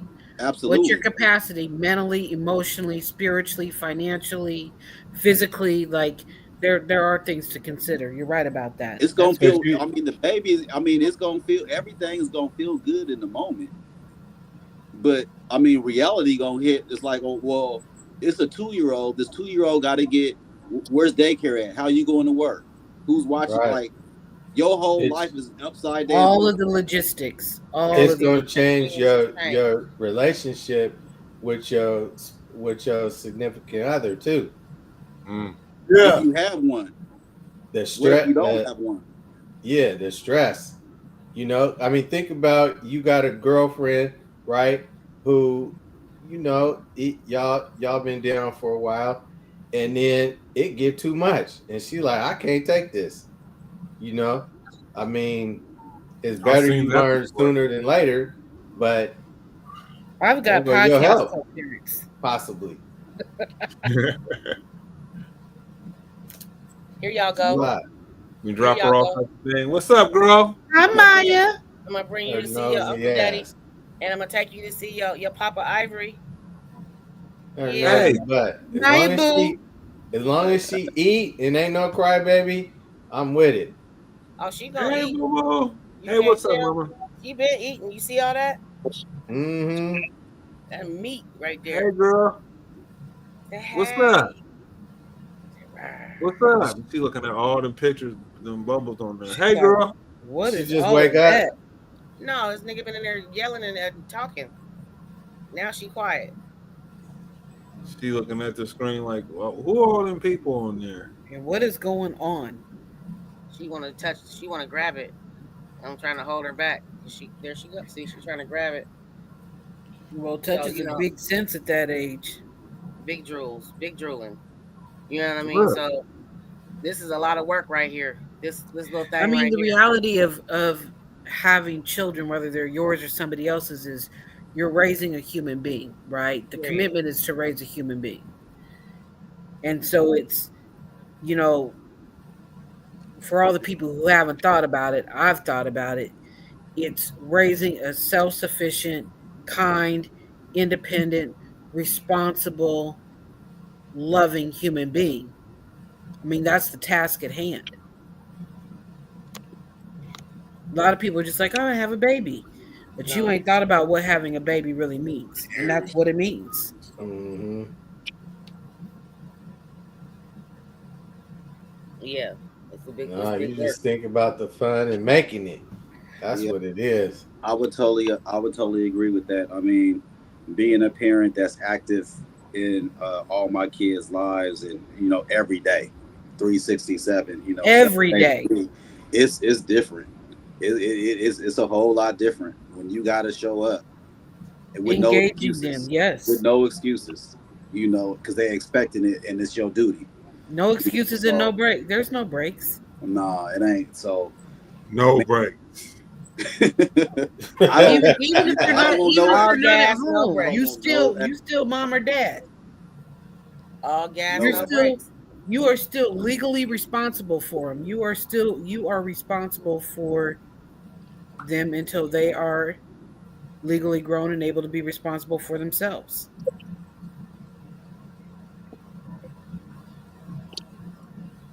Definitely. The young people at 20, 23, 25, 27, you know, they on that other, like, let's have a baby. I want a baby. Well, so you guys heard about the couple that got killed, I think last year in 2013 by a dude in a U-Haul? Yeah, In the U-Haul? Whose son that is, right? He looked familiar to me because I That's said Angela Benjamin's son. That went to Got Benson? killed, or Yeah. who was in the he killed U-Haul? Somebody driving. No. That's her oldest son. Yeah. I was gonna ask which one. Driving? Yeah, he was the one that was driving the U-Haul. That's Jalen. What happened? He was speeding, going like 100 miles an hour down Lombard in a U-Haul truck, and then U-Hauls don't even go that fast. Shut up, Ivory. No, I'm dead serious. I used one and it's governed at like 80 something. Dead serious. Well, he must have been doing 80. They said by the time impact hit, he was going 80. And hit somebody? Yeah.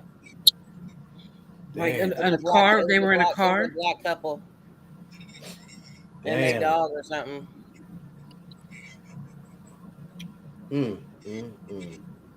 Shit. Wow. Yeah, so it's like, according to Multnomah County District Attorney's Office, a jury Thursday found 30-year-old Jaylon Jamal Benjamin guilty on all counts, including 2 counts of second-degree manslaughter, second-degree animal abuse, second-degree criminal mischief, and reckless driving. On October 28, 2023, James and Lisa Johnson were heading west on Northeast Lombard and attempted to turn on 33rd Avenue when Benjamin hit their SUV while driving a U-Haul pickup truck. Witnesses estimated Benjamin was going at least 80 miles per hour. The Johnsons died at the scene due to their injuries. James and Lisa Johnson were 64 and 60 years old. Benjamin claimed that he was only driving 55 miles per hour, but the truck's airbag control module data indicates that he was driving 100 miles per hour just 2 seconds before the crash, then hit the brakes 1 second before the crash. At the time of impact, according to the district attorney's office, Benjamin's speed was clocked at 80 miles per hour. The speed limit at Northeast Lombard Street is 45 miles per hour. The trial ran through November 18th and through the 22nd initially. Back in August, a plea deal had been reached for Benjamin to get 10-year prison sentence, which the Johnson family objected to. Ultimately, Benjamin elected not to enter the plea, according to the district attorney's office, so the case proceeded to trial. Benjamin remains in custody pending sentencing scheduled for December 19th. Damn. Yeah. I watched him grow up. Crazy work. His mom went to Benson, right? Yeah. And it is, and my heart. Yeah, he graduated with me, and we went to grade school together too. Who did? Her sister. His auntie, the boy's auntie, who did that. Gosh, man, shit. Should his mom see this? Sending love to you, sis. Wow.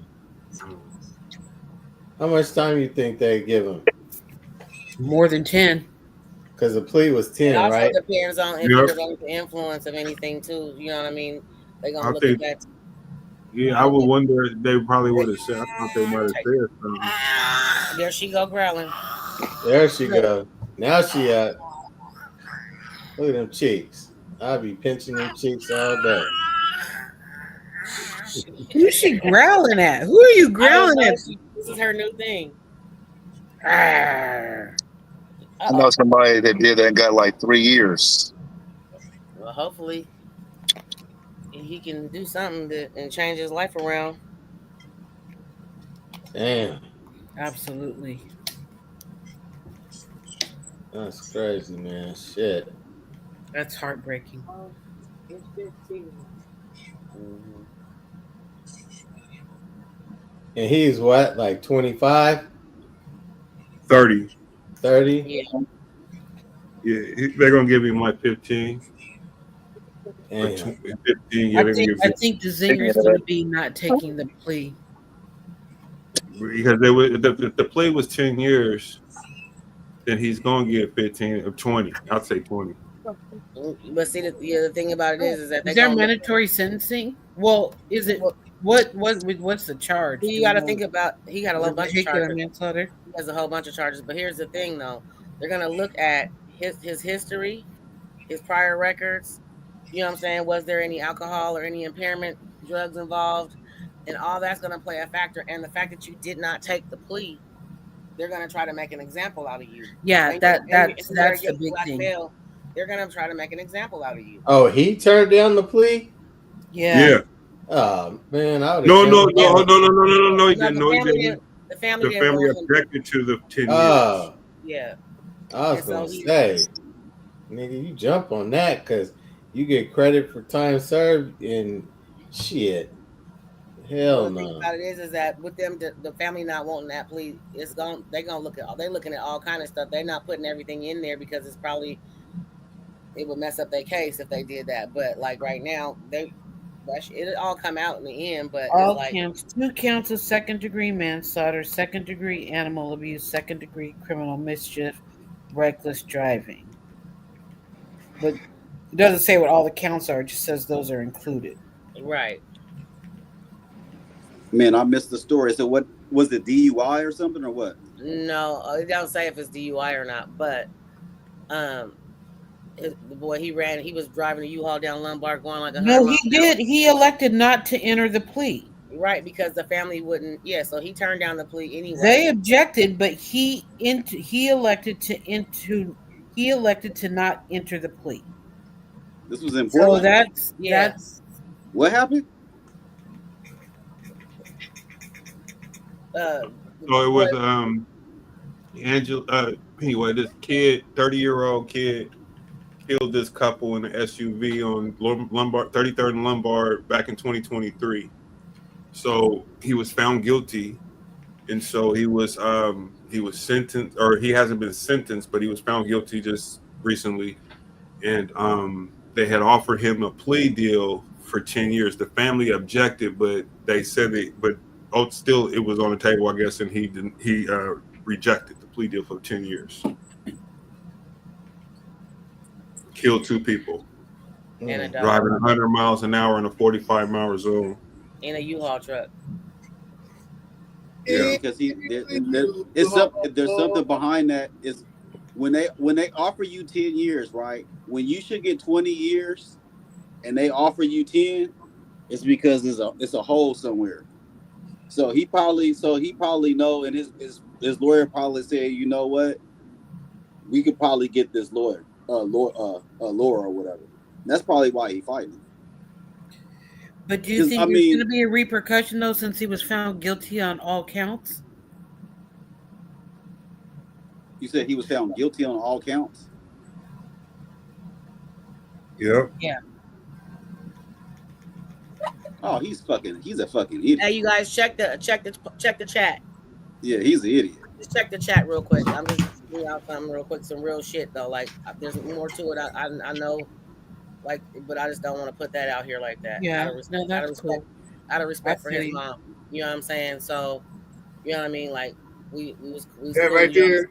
You know, for real. Like, yeah, seriously. You said you put something in the chat. What you? Like I said, I was like that right there. What you just said, done in the chat. Yeah. Gotcha. Yeah. Okay, so with that, right? That's his angle. That's right. why I was saying there's an angle that he probably got that his lawyer know he got, and that's his angle. And living in this state, he gonna get another chance, regardless of what the parents say, and regardless of the lives that he took. he gonna get another chance in this state. Believe that. Yeah. I don't know, man. That's just where we live at. Where we live at is fucked up.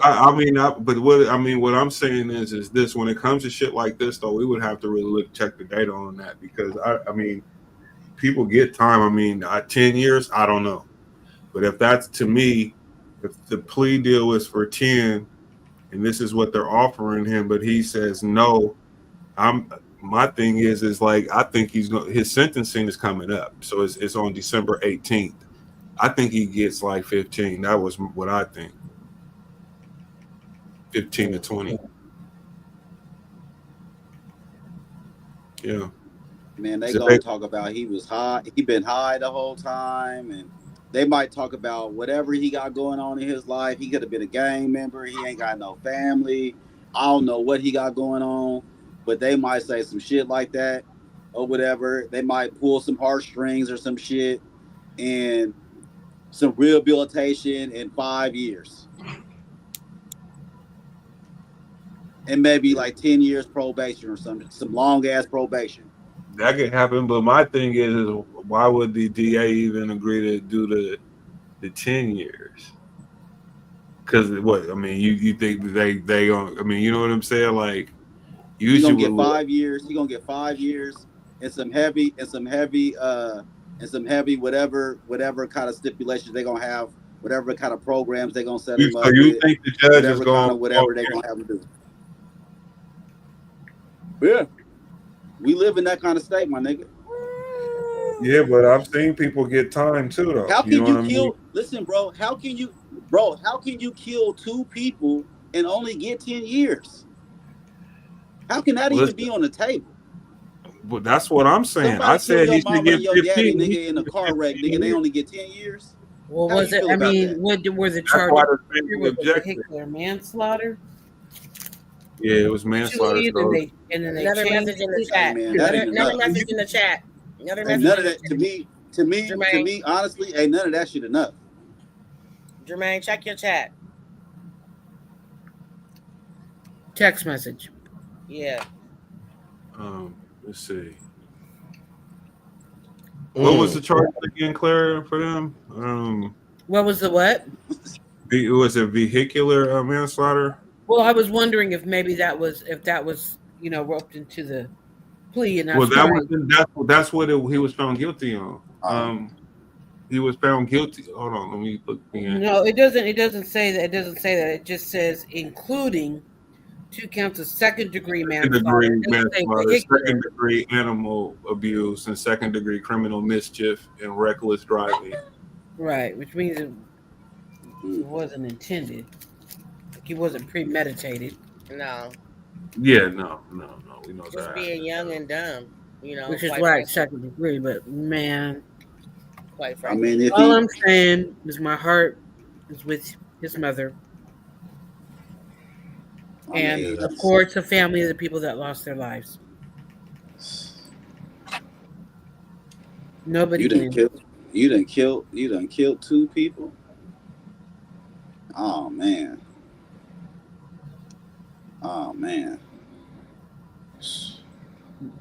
Yeah, I don't know about that one. But yeah, I guess if he got a record and he got some type of background, that's gonna play a huge part in that. Like Don said, that's gonna play a huge part in what they're gonna do what they're gonna do with him. But if he got a long record, they're gonna stick him. And he gonna learn. Okay, so sentencing guidelines for the crimes vary. Okay, I didn't put in this state of work. Let's see if I can get something more specific.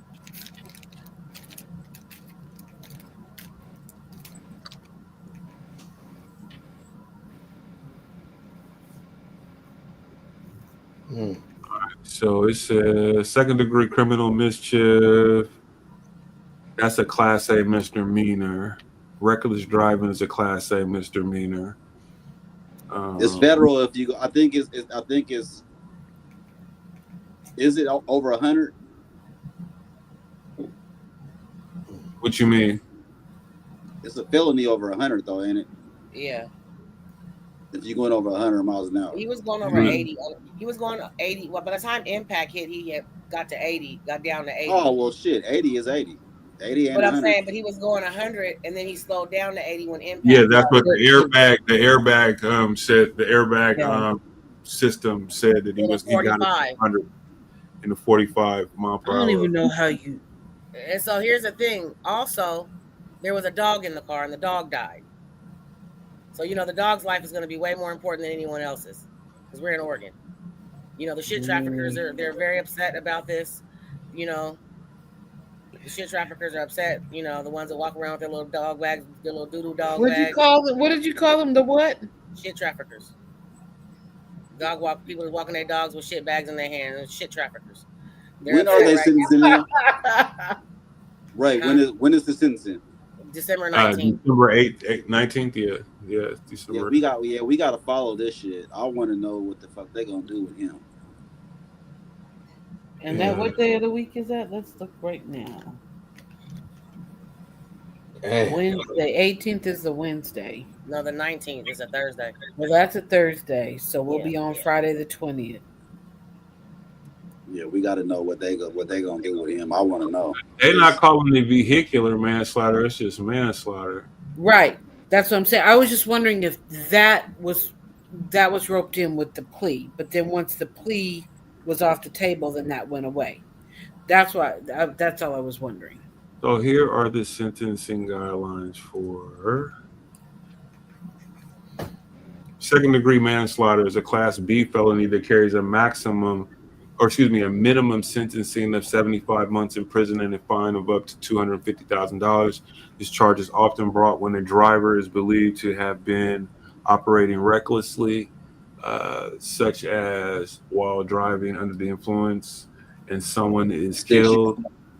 In the homicide charge also involves a DUI. The driver's license will be revoked for life or whatever. So 75 months. That's 6 years. That's a minimum. That's a minimum. Right. That's 2 of them. So that's 12 if we talking, just of the minimum. And how much is it for animal abuse?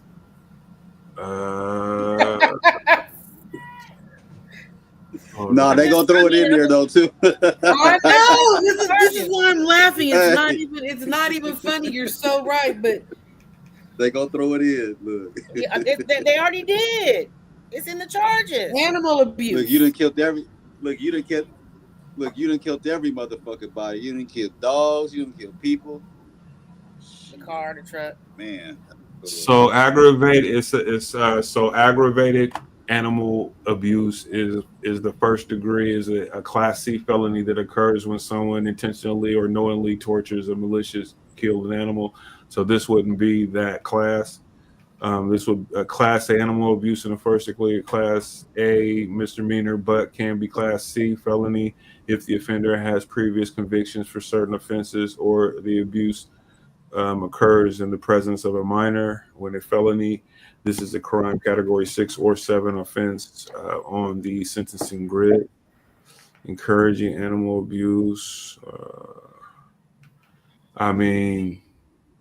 It just says animal abuse. So what's the minimum charge? What's the minimum? It's not saying. Hold on.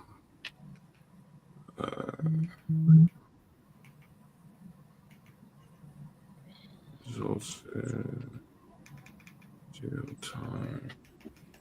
They left it open so they can give your ass the book when it comes to them animals. Oh, up to 64 days in jail. Yeah. So, what did they get Michael Vick on with them dogs? They were mad at him for real. That's animal abuse, right? Yeah, they killed a few dogs. Well, shit, he killed the dog and some people. Yeah. So animal cruelty, abuse. Yeah. Let's look up Michael Vick. What was his convictions? They were mad at him, boy. Peter was on a mission. You hear me? Man, I'm telling you, them shit traffickers is not playing, man, about these animals. Well, when all that happened, they was trying to shoot him into the stratosphere, and it's like, you mother.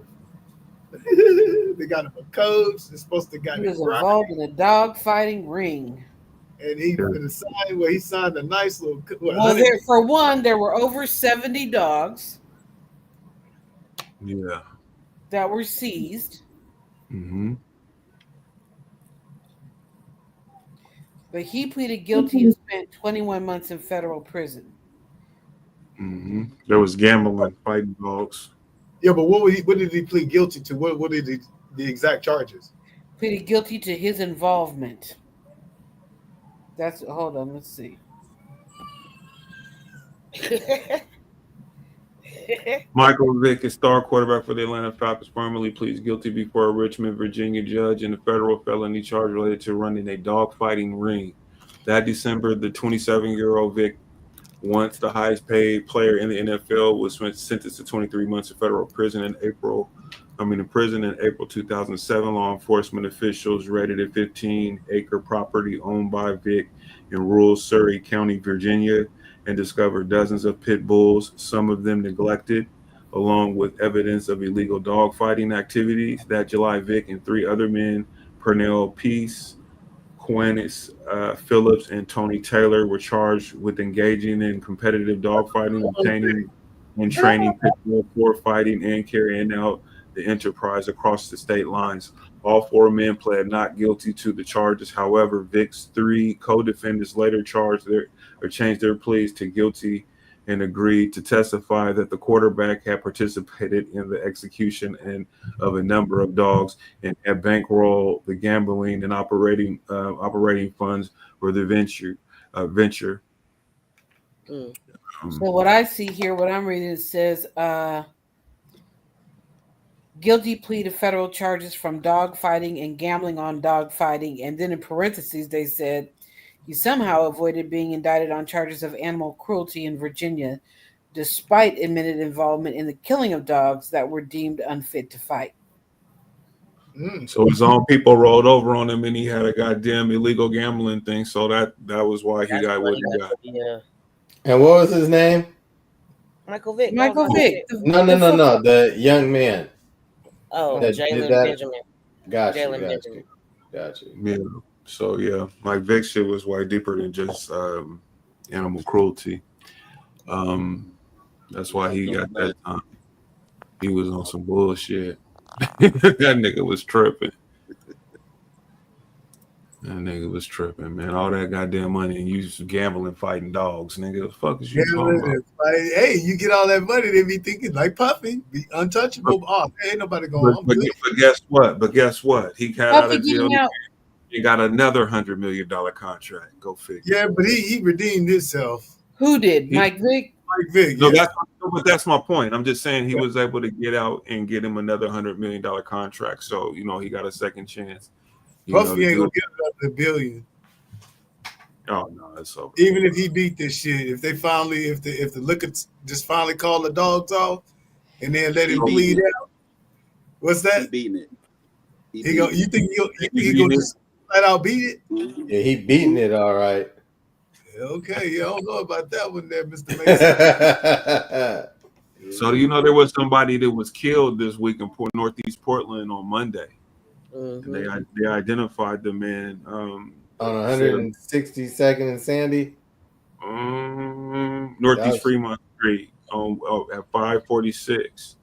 It says the man who was killed in the shooting in Northeast Portland earlier this week was identified by authorities. Portland resident Mark Hawley was killed on Monday night after a shooting in the Wilkes neighborhood, Portland said. Yeah, that's down the street from my house, 162nd and Sandy. Gotcha. It says the medical examiner found Hawley died of homicide by gunshot wound. Portland police said in a release, the victim's family was notified and released a picture of Hawley for the public. On Monday, officers responded to a report of a shooting at 15900 block of Northeast Fremont Street at 5:46 p.m. When they arrived, they found one person, later identified as Hawley, dead at the scene. The investigation is ongoing. Anyone with any information is encouraged to contact Portland police. Here's a picture of the young man. And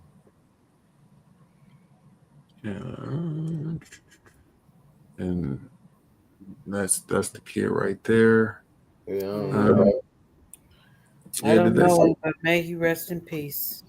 Yeah, he looks like young. Probably. I mean, they didn't say how old he was, so 30-ish, maybe. Yeah, we had just came back from the gym. Or it was, yeah. I guess it goes Fremont, then Sandy if you're going north. But yeah, they had everything blocked off, everything. Yeah, he looks like I'd say 30-ish too, if I was to guess. Yeah, I mean, it seemed like it's a shooting. Somebody getting killed in Portland every motherfucking day, bro. That's the shit that trips me out about this place. Hey, remember the dude that killed the boys at the weed store?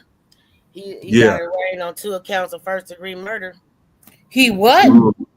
Got arraigned on 2 counts of first-degree murder. That's the one who shot the dude in the back right after they robbed it. Yeah. Right.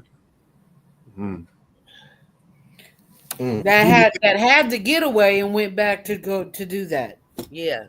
Right. Like you could have just kept going. You were out the store. You could have just kept going. They're gonna tighten his ass up when he get in there.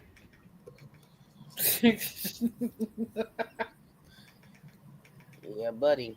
Hey, do you think having a Republican party that runs Portland, would that make a difference? Yes. Portland's government is nonpartisan. I mean, they themselves may be right now. Kevin Wilson. But we don't vote based on parties for leadership. Like it's a nonpartisan vote. Granted, as individuals, they are whoever they are, but there's no partisan politics in Portland city government. So there ain't no Democrat. It ain't a Democrat-run city. It not by party. Not by. So you don't elect when you elect. You just elect a person. You just elect the people. Whoever they are is whoever they are. Whatever they affiliate with is whatever they affiliate with. But that's not on the ballot. Okay, so you're not saying I will elect Ray as a Republican or Jane Doe as a Democrat. Like you're not saying that. I don't remember what that dude is, but if it's that Kevin Wilson, his ass got lucky. What's his name? He's gonna be the left. He leans left. Yeah, I would say I think he's a Democrat. And he's lucky. Only point I'm trying to make real quick is that a lot of that's what changed the tougher on crime. And because all these cities, like right now, Omaha have the same problem. There's somebody got killed right over there in North Omaha where the niggas at. Same shit. Oakland. Because I still get like San Francisco and Oakland. Same shit. Somebody getting murked on some bullshit. Daily. And the common denominator is the party rep or the mayors are all Democrat or left leaning. And that's why I was just asking, do you think if the Republicans He's an interesting looking fellow. He lucky. He got that because of that fucked up ranking system. What? Well, and because the people who were more known were bickering with each other. I mean, they're competing with each other, and while they're doing that, he just got to say like, "Here, I'm another option." I wanted. I didn't realize he was that popular with that many people, though. When I was out on election day, when I was driving by and they were holding up signs for him and shit, I seen more signs for him than I seen for any of the other candidates. I needed Renee Gonzalez for personal reasons, selfish reasons. Right. You did or you did not? I did. Because he knows him personally. That's why you get to meet this. What were you supposed to do? Yeah. We'll have to you know somebody, you're supposed to either vote for them or not vote for them, right? Because you know them. Yeah. We can talk about that after we off live. That hurt my feelings when he lost. Yeah, his name is Keith Wilson is his name. Oh yeah, well I knew it was something Wilson something. So he outlines his plan of how he's going to tackle the homeless crisis. So But he's that's one of also. the What'd you say? I'm curious what his affiliation is with the business community because he's a CEO of a trucking company. Right. So Right. I'm curious what his affiliation is with the larger business community. Well, let's tell it. We'll find out. We're gonna take a look at it in front of the video.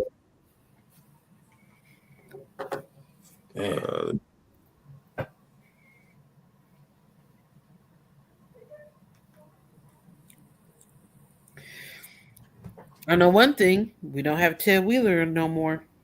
Well, that's come whatever day. His bitch ass. I can't stand. So they're sworn in on. Look, they're sworn in on December 19th.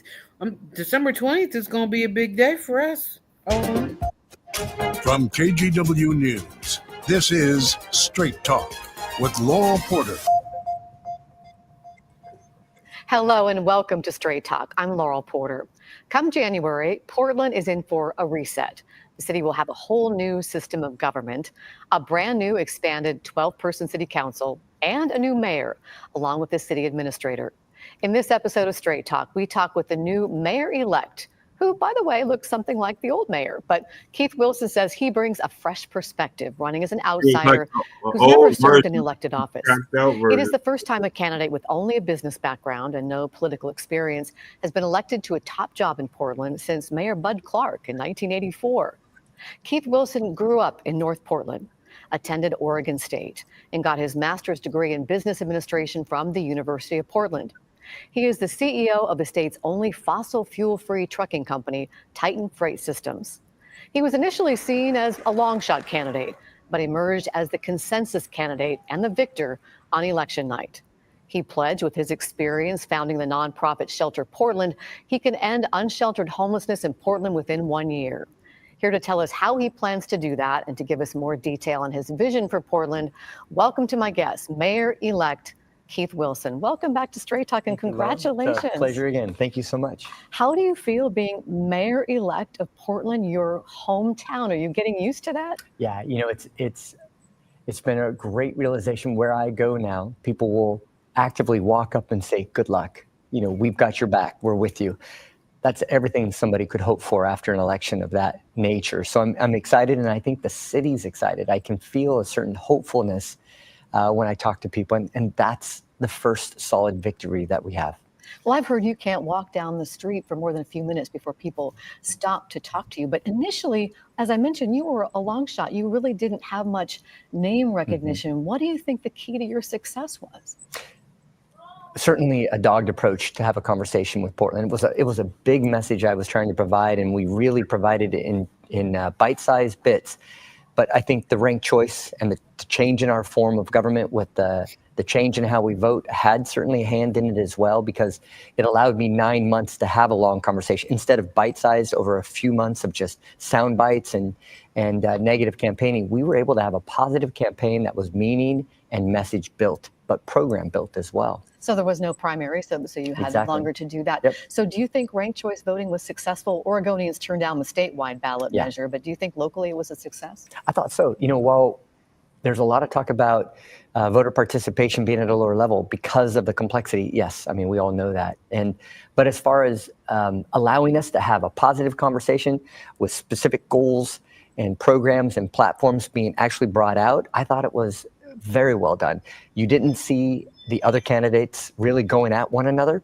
We were focused on message and platforms, and then we were forced to say, why will that work versus another one, as opposed to just taking shots at one another. So I thought it was a resounding success. I also, obviously, having won, my perspective would be different. But I do think that having that long ramp up helped me out in a very complex message that I wanted to provide to the city. So the ranking thing, that's what he was talking about, that whole change or whatever. I think that's how he got elected, bro. That's what he was saying. He said it helped him a little bit or whatever. Yeah. And the fact and that it didn't pass on the statewide level. It passed on the city level, right? That's what he said. And the way he said that he'll fix homelessness in a year. I wonder how. I mean, he must be gonna do what we've been talking That means about. effective January 1, 2026, it should be a wrap. We shouldn't be having no more of these issues. And I bet Or not very have minimal. no increase in my taxes to fund that bullshit that he talking about. So let me ask you guys this on the panel. By looking at him, what is your first impression that you get? I don't think I have anything nice. Me neither. Oh shit, y'all. Go ahead, Claire. Go ahead. I mean, like looking at him because I'm, judgmental. So I'm like looking visually at him. So, but if I'm taking into account what he says, like, initially Mark was asking, about, is he Democrat, is he this or that? So I would say on some levels, I'm curious, where do your politics lean? Because being a CEO, just makes me wonder, where does your conservatism lie? Because it has to be somewhere, right? If you're a business owner and you're a CEO of a trucking company, you have to have some level of investment in the conservative aspect of politics. For tax reasons. Get money, 100%. So that's not tax what reason, I'm asking. economics, like whatever, financial money. That's a large drive for people to be conservative. So I guess I would ask you this: looking at him from his appearance and when he's speaking, does he look like someone that's going to get the job done? That's someone that's going to be like tough on the things that we need to be tough on in the state? Well, yeah, I don't know that I can say that, and I'm like, I want to hear him say, like, how are you going to eliminate homelessness? Like, what are you going to do? What is the plan? What's the 12-step plan, month by month? What does that look like? You can't just bulldoze them out of one community because then they just move to a next, right? So, like, what are you doing? He said that so what he said was he was going to start having churches house the homeless. Well, that's what they're supposed to be for, truth be told.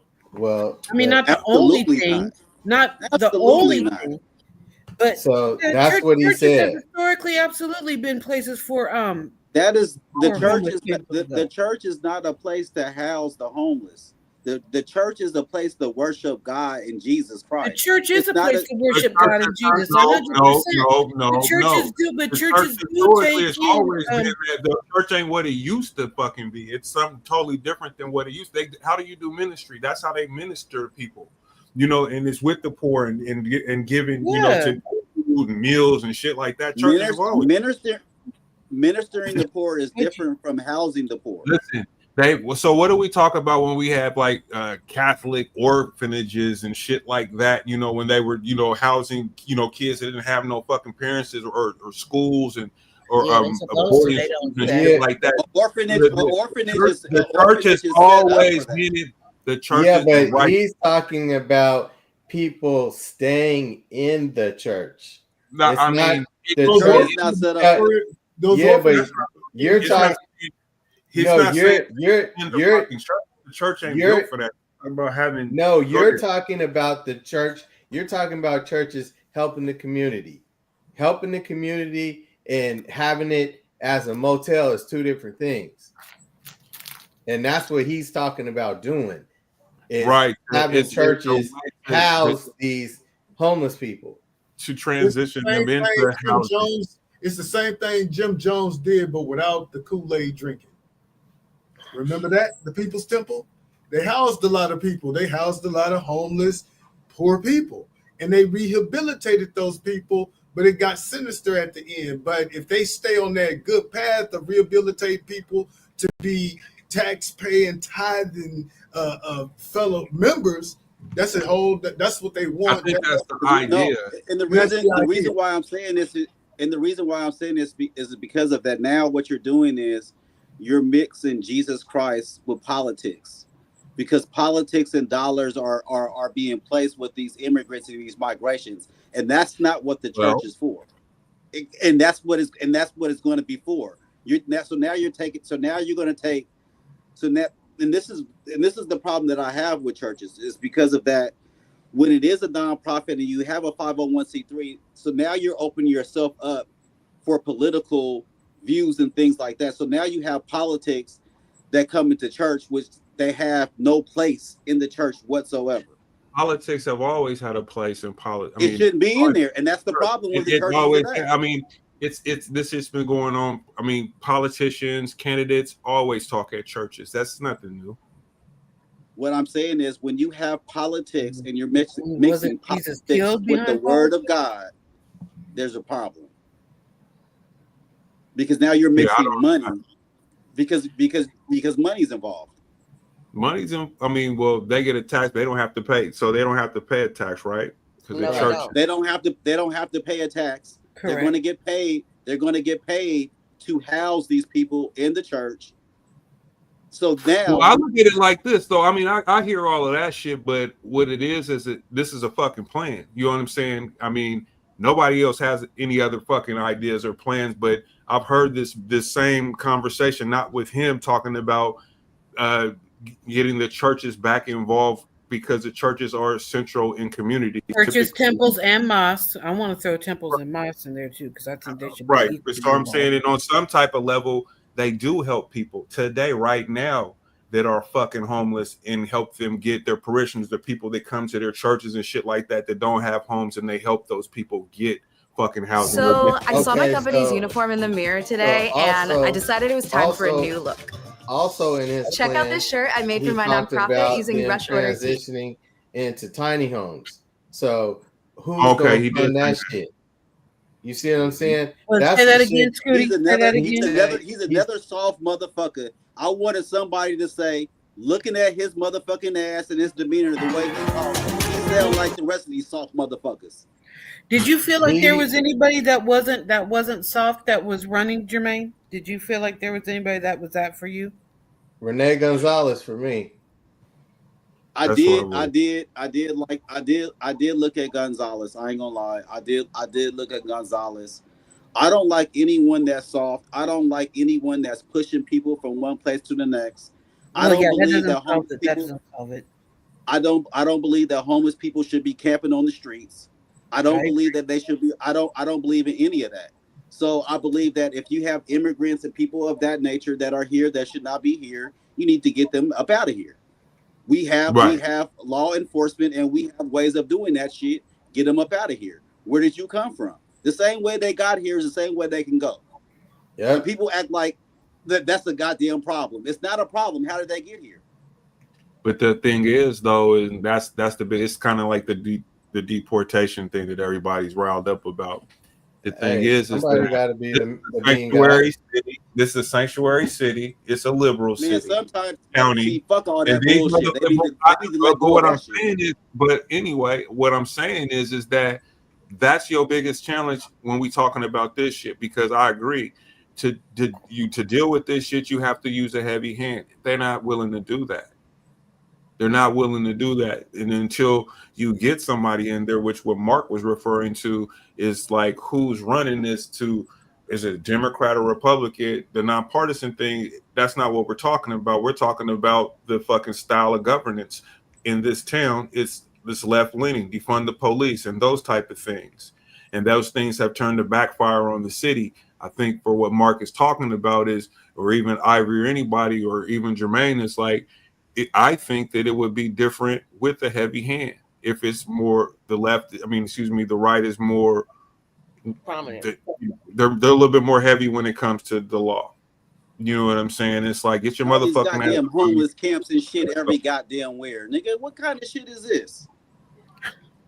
Homeless camps every motherfucking where. Yes, but I don't agree with that. I don't agree with the homeless camps everywhere, and I don't agree. The shelters are a problem. City, Portland, Oregon. I seen Third World Oakland. For real. Well, I just think that, I mean, the thing is the bottom line is either way you decide that you want to tackle this problem, it's going to be spending money, and the money's got to come from somewhere. So regardless of if not my ass. You can but yeah, that's money. where it's coming from. But I would say you can allocate money. No, you can allocate money. Hey, what I'm saying, he got a job. He got a it's company. gonna Let his cost. motherfucking ass fund that shit and write the shit up. Elon Musk. How about that, bro? It's a whole bunch of Measure 110 money. It's a whole bunch of funding that was going into a whole bunch of other shit that's coming out. Some of that money can go to that shit. Right, and reallocate the money. Right, but again, that's what it's supposed to be for anyway. Right, the but money so is but they not gonna do right, but they not. But what I'm saying is you got all these nonprofits and all these motherfuckers off the tit. You know what I'm saying? But and they're using those services for whatever things they got set up. But when it comes to this homeless thing, do you really think that them motherfuckers is gonna be wanting to see their money get reallocated to this shit? They're gonna demonize a motherfucker. They want to have it heavy. If he's the boss or whatever, if he gonna take all the praise or if he gonna fall on the sword, he got to stand on something. Well, he got to stand on something. What you gonna do? All right, so let's listen to a little bit more, and then we'll get back to it. Let's listen to some more. I want to kind of hear what he has to say about what his actual plan is, like to what Ivory's talking about, the small house, tiny houses, and the churches, and all that kind of stuff. And I don't want that shit everywhere. I get it, but I want to hear what his plan is, though. Let's take a peek. And I want to be able to go to church and not motherfucking be stepping over people and shit either. Bringing Major League Baseball. You wouldn't get in church. They ain't gonna have motherfuckers laying all of this. Bro, they gonna have the same shit. How they send the churches, they gonna do the same shit. How they did in New York people with them in the schools. boardroom, and you had legislators, legislative assistants, you had business leaders there. So we have a Like real Schmiegel. public-private partnership looking at bringing Major League Baseball. We feel confident it's down to us and one other city, and we're making a solid play. They got a wonderful facility planned over at the Zidale Yards, which is in South Waterfront, overlooking the water with a mountain in the view. Oh, this is the baseball It's a stadium. reality. Yep, they want it down there right next to OHSU. One of the things that I took out of it is that it would help us, Portland, put the rear view mirror and what had happened this last 4, 5, 6, 7 years behind us and look to the hopefulness of tomorrow. And I think it's a great refrain with what my message was to the city. It's time for us to look forward. Let's talk about big, bright, big swings, which is what Portland was always known for. So I think it's a real positive. And that'd be on message. top of getting the He used to be WNBA. homeless living in the which is really airport. exciting. Exactly. So let's talk about what Who was the did? centerpiece of He your did. campaign, ending unsheltered homelessness. Oh, And here you we go. also Here we founded go, the y'all. nonprofit Shelter Portland. Where does that passion come from? That motivation? Is this something personal for you? Well, it's personal for me, but I'd say it's personal for a lot of families in Portland too. So while, yes, my brother about 20 years ago was homeless, addicted, suffered from mental illness. My parents and I had the wherewithal to care for him. So I'm his trustee today. My sister also suffered from addiction. She passed away, but I was able to help care for her as well. And not a lot of families have that means that I did or the time. So imagine those souls that we see on the street suffering. So I think, yes, it's personal. I know it's a lot of families that suffer. I have the ability to do something about it. And I started doing something about it. And I got stories, Laurel, that just keep coming. High school classmates I run into the street, and I saw a hospital worker take a naked man from the hospital over to a park in a wheelchair, stood him up. They turned and went back to the hospital and he collapsed. And so I cared for that person. But I mean, the city failed that fella in his greatest time of need. So we see it every day in Portland. So I think it's personal, but not just to me. I think it's personal to all of us. And you're careful when you talk about ending homelessness that you talk about unsheltered homelessness. What does that mean? What's the difference? Very, very discrete differences. Unsheltered homelessness are those that are suffering on the street in tents, in makeshift shelters, in boats, in RVs. Those are the ones that are in most harm's way right now. And so the goal is to be able to care for those, to end unsheltered homelessness. Once they're being cared for in a safety and secure shelter and sleep, now we have the ability to start focusing on ending homelessness. Our city, our focus has been Man, trying to end cut homelessness. this shit But in off. all the This cities shit, I've this viewed that have motherfucker. had success, you have to Word end salad? unsheltered Word salad? homelessness first. You have to end the suffering on the Man, street this is some first before you bullshit. can have a shot at ending homelessness. And you've talked about in your first days in office, you want to declare a public safety Like Ivory emergency. Now, said, we've all had our a motherfucking homelessness money is emergency gonna go to first support this declared shit. by former Mayor Charlie Hales back in 2015. How is this different? Well, we're kind of working on those verbs, if you will, working with our counselors and meeting with them. It's more or less reassessing and reaffirming our housing and homelessness emergency. So we're playing with what we're going to do, but the goal is let's do a reset with council, but let's be more inclusive. Let's talk to Metro, let's talk to the commissioners, let's get the Metro should be multi-jurisdictions doing together that something we're going to about this tackle shit, this too. together in a collaborative sense and make sure that we hold that paper up to the city and say, we are all in harmony on this. No more pointing fingers, but focus on getting things done, which would be that critical first priority. And you said that you want to have an emergency shelter bed available for every person who needs it. How many do you think that is, and how do you get to that number? Yeah, so you're going to work in concert with the county. The county has promised 1,000 new shelter beds by the end of 2025. So we start with that, and then we start adding emergency shelters up to the level where we have empty beds every night, and we're able to enforce our no camping codes. There's no magic number. It's once you start adding that capacity, then you're able to find out once you get to 100 empty beds, you've got to slow that increase. And then you start enforcing your community safety laws where everybody has a bed, and we're able to now start removing those tents and RVs and such because we have care provided for everybody in the city. How many does it mean? I got to think it's going to be 1,000 or more. You talked about the no camping ban, the Way city's no more. camping ban. So once you have an emergency shelter for everyone, you intend to enforce the city's no camping ban. And what does that look like? It means our outreach workers go out in the morning or at night, and they're there to say, I want to help you. What does it look like? But you can't stay here. And every outreach worker, every resident, every police officer would always have a resource other than the jail to provide that basic care for somebody. And when you're able to provide that basic care, then you can enforce your no camping code. Don't we got some empty jails? Yep, there's one out here in North Portland. But they was using it for I don't know what they doing, but I'm gonna click back in. We're using it for a treatment center. He sounds like a fucking pussy, bro. I'm just telling you, bro. He sounds like a fucking pussy, bro. It like took somebody to say it don't. I'm sorry, not sorry. It's like I'm gonna clock back in the car. Okay, it's like a word salad type thing. It's like these are ideas, but I mean, I guess we gotta wait and see if they work, just to be fair. Just or at if his they're face. implemented, What'd you say, Mark? or if they are even implemented. Right. I mean, he says first. And then you wait a minute, he never even did nothing with that.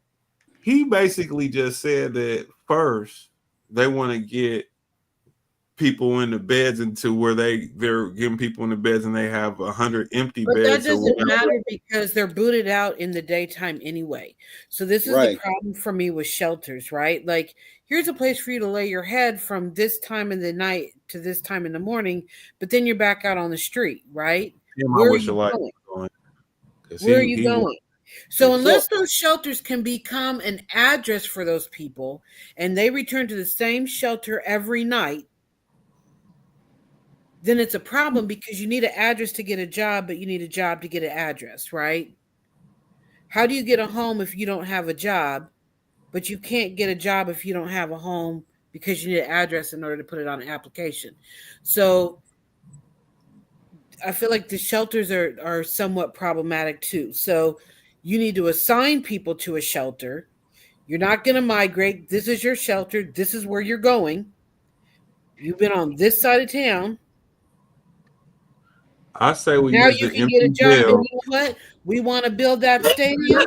You're going to start cleaning up these streets. You're going to be down there getting this job. We're just going to put you to work.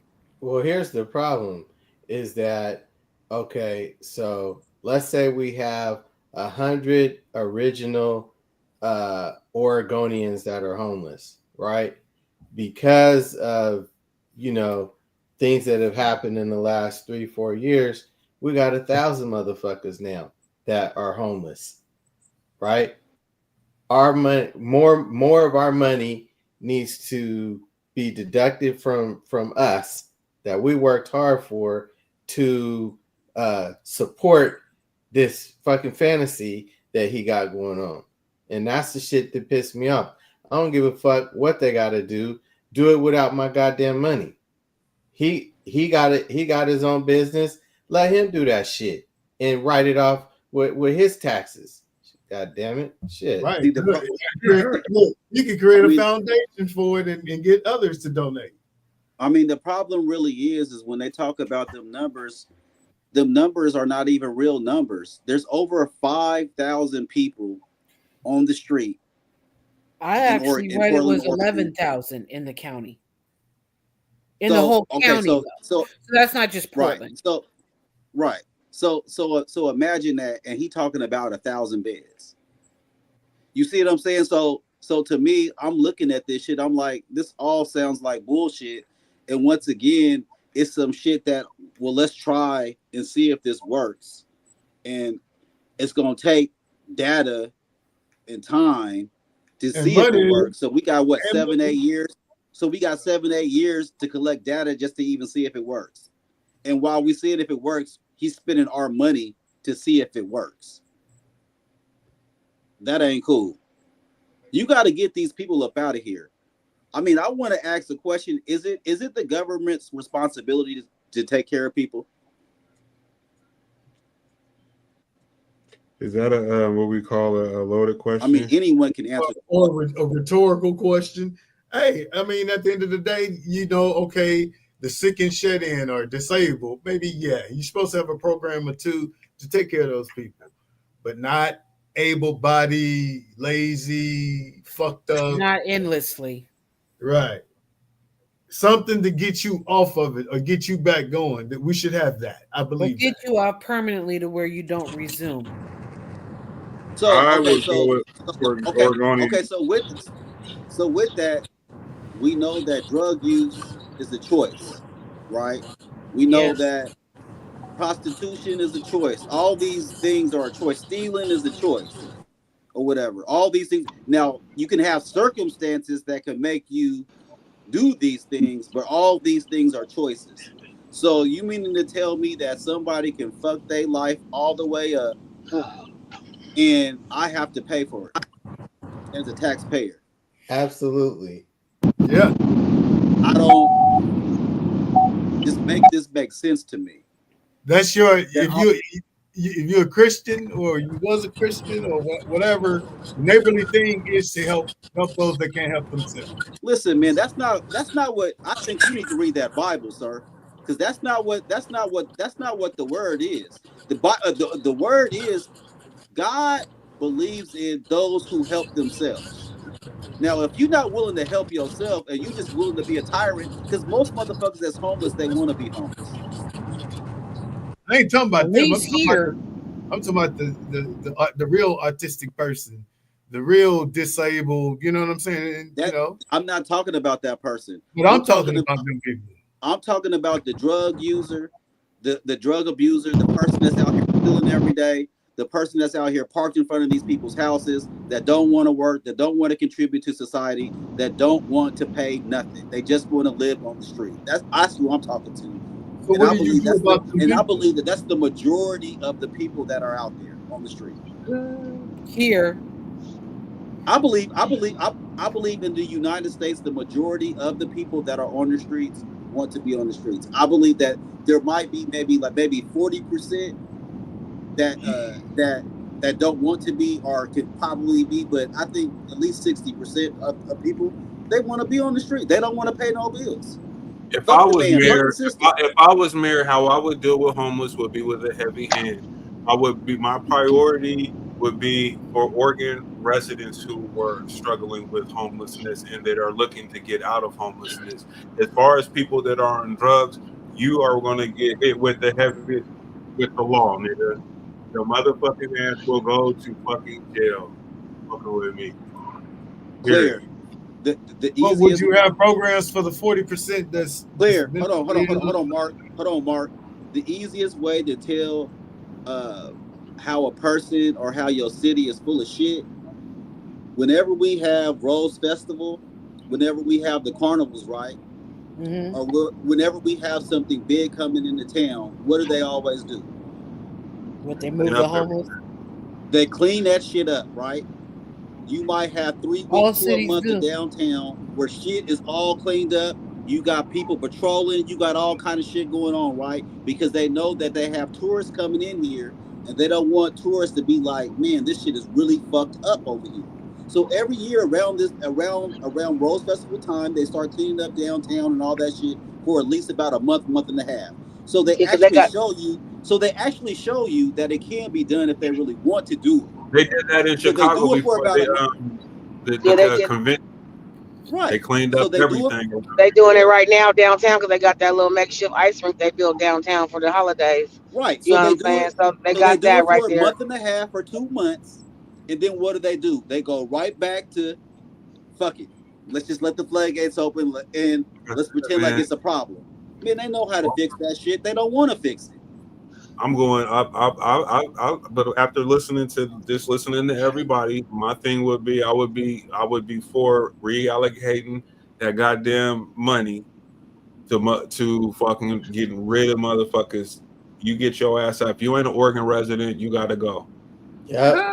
You have Now, the okay, wait a minute. Hold on. We gotta be a little bit deeper than that though, because after you've been here for a period of time, you're allowed to be an Oregon resident. So you gotta be a Nah. little bit more specific about like how long have you So, been an Oregon resident? Do you I mean, have but family here? are you really Have a you ever resident if been you're here? productive here? But listen, Claire, have you ever been established as a resident? Because if you're here Or did you homeless, just get bussed up here because they you wanted just you out get their city? I know, Right. but that's what I'm getting down to. Like you gotta get specific with that so that you can weed those people out and send them back to Utah, Idaho, Montana, wherever. Well, we're gonna figure that out real quick. Do you got an address here in the last 12 months, 18 months? No. 5 years. Just say 5 years. Yeah, because before COVID, Listen, we can run your tax identification number and see if you're paying taxes and you're working. If you're not contributing to society, then you're taking from society. Listen, I'm saying like this. If you are not from here and you're homeless, you got to fucking go. If you are an Oregon resident, you go be homeless where you're I'm from. going to be. Don't come here. My thing is investing into the citizens of the state. I don't give a fuck about where you're from. You know, if you're not an Oregon citizen, a native to this fucking state, because to me, that's where the money should be going to help those people. I feel like it gets complicated when we get these outsiders coming in and they're fucking exacerbating the problem when we already got a problem. So if, because the open air drug thing and it was able to do shit legally and it was feed motherfuckers and so they came here. We got to cut all that type of shit off. And it's going to be ugly. It's not a pretty thing. It's probably a hard thing to hear for some people, but you have to fucking put the hammer down because people ain't paying taxes for this. Because if we got tax money to pay for all these services, well, we have to do this and we have to do this and we have to do that. None of this shit's working. None of it's working. So you have to use the police. You gotta fucking be hard on. We got a jail. This is gonna be. We gonna put your motherfucking ass in jail, nigga. You gotta think about. Look at all the commerce. I mean, we can Google it right now, and we can look at all of the big companies that have left this state because of this bullshit. And all of these big companies are thousands and thousands of jobs that have been lost because of our governors and our mayors have allowed our city to be ran the way that's being ran. The shit got to stop. The whole West Coast. And motherfuckers is leaving and they ain't coming back. So neighboring businesses are leaving Portland due to a combination of factors, including rising operational costs, concerns about safety, and challenges related to homelessness and property crimes. The city's economic environment and regulatory changes have also contributed to the financial pressures on businesses. Looking for a list right now. Yeah, I just feel like you gotta. It's gonna be. It's just like what Trump is saying. Like we gotta deport these motherfucking criminals. So to me, the criminals, Yeah, we putting you criminals in jail, and for you motherfuckers that don't belong here, you gotta go. You gotta be working. You gotta be fucking. I You mean, gotta the have criminal. I mean, the criminal to me is the part. I mean, you came over here illegal, so you're a criminal. You got to go back, and then we'll figure this shit out once you go back. But you came over here illegal, so you're a criminal by just getting up, by just being over here. You got to go back, and we got to figure this shit out. But you got to go back. You can't be here. We got to figure this shit out, and we can't figure this shit out cherry picking people either. There's too many people to be cherry picking. hold on. Here's the thing. It talks about that actually.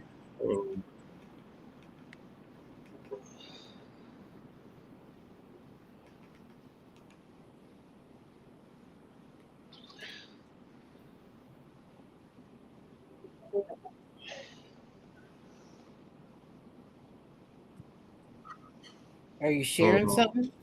I am. It's working kind of slow. It's about businesses are leaving Portland or whatever.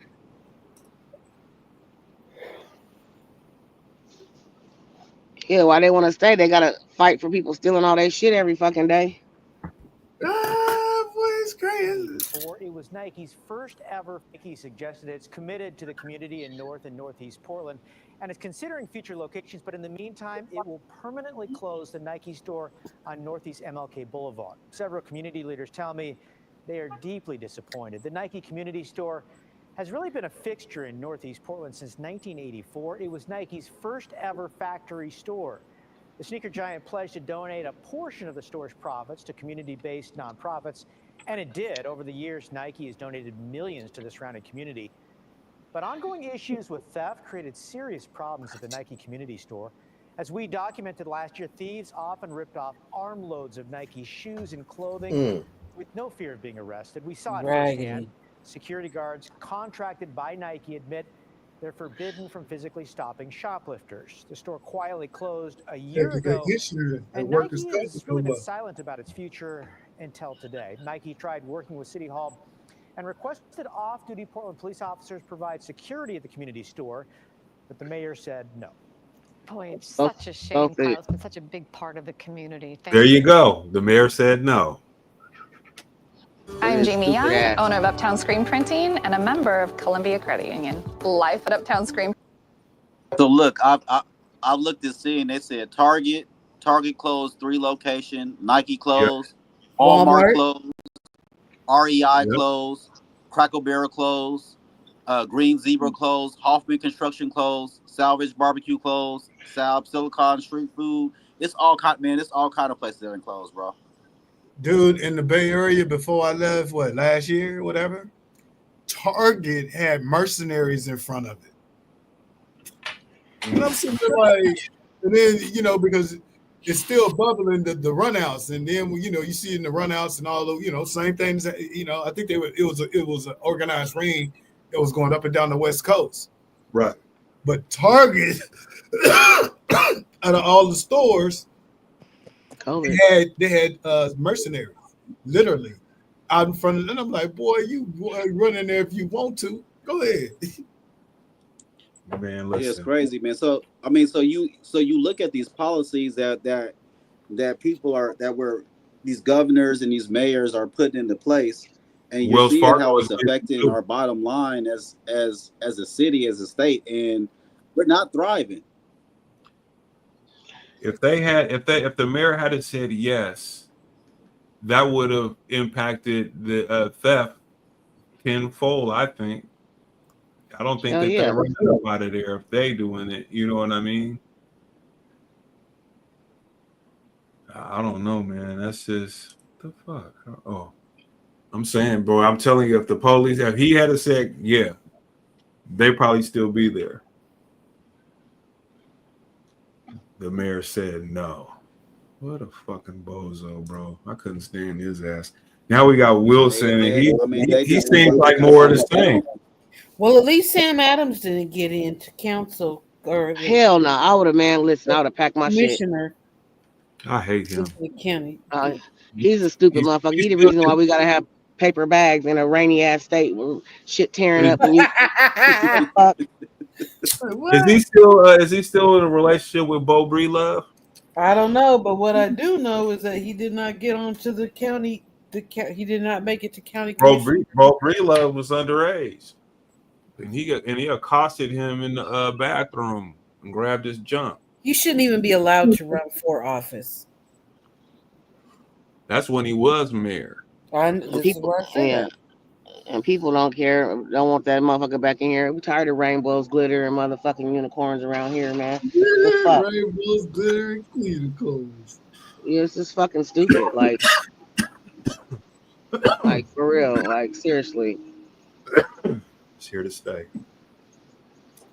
Apparently. I mean, it might not be on the forefront like it used to be because things are going away from it in terms of it always been a front center of the news. You know, you had the party and stuff like that. And the liberals, just say it, brother. The liberals front and center that all the time. Come on, say it. It's not even.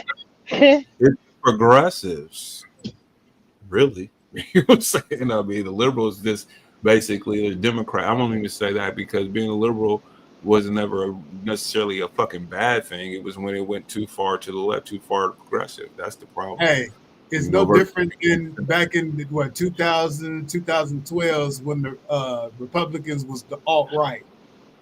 But we just got to live 10 years of what it would be far left. Yeah. Yeah, it's just a lot of this shit is unprecedented in this country, you know. Wells Fargo is leaving too, by the way. In 2025. Where are they going? They're sweeping cuts in Oregon. they're getting out of the building downtown, the big white building, the First Interstate Bank, or now it's Wells Fargo or whatever. But they leave that. Tower, yeah. Yeah, that they're leaving. Fuck. They're they got a furniture chain that's leaving. Yeah, Bank of America's already been shutting down all that shit. They only got a couple of branches and they don't do a lot. You got to do everything online with them. The other thing is a lot of these places you can do in-person business isn't the same as what it used to be. It's not. There's not a demand for that on the same So here at Oregon Business article, it says Wells Fargo is the latest bank to pull its namesake out of downtown Portland office building. The San Francisco-based financial institution will abandon its office in the Wells Fargo Tower at 1300 Southwest 5th Avenue, the tallest building in Portland, by the end of the year, and lay off hundreds at its Springfield and Hillsborough office locations. Oregonian obtained all staff emails from Wells Fargo executive Michael Grossberg, who said the bank's global operation business would leave Oregon by the end of 2025. Employees will receive 60-day advance notice. These decisions were not made lightly. He writes, we understand the significant impact these decisions on you and your families. Grossberg told the staff and the company wants to consolidate global operations to fewer locations. Businesses now spread across 150 areas. In the future, Wells Fargo will concentrate in 13 geographic areas near major cities, including San Francisco, Phoenix, Charlotte, and New York City. As of this week, the company employed more than 1,000 people in Oregon, where operations are focused primarily on customer service, collections, fraud prevention, and back office support, according to the O. In the past 2 years, the company has laid off around 400 primary call center workers at its Hillsborough office.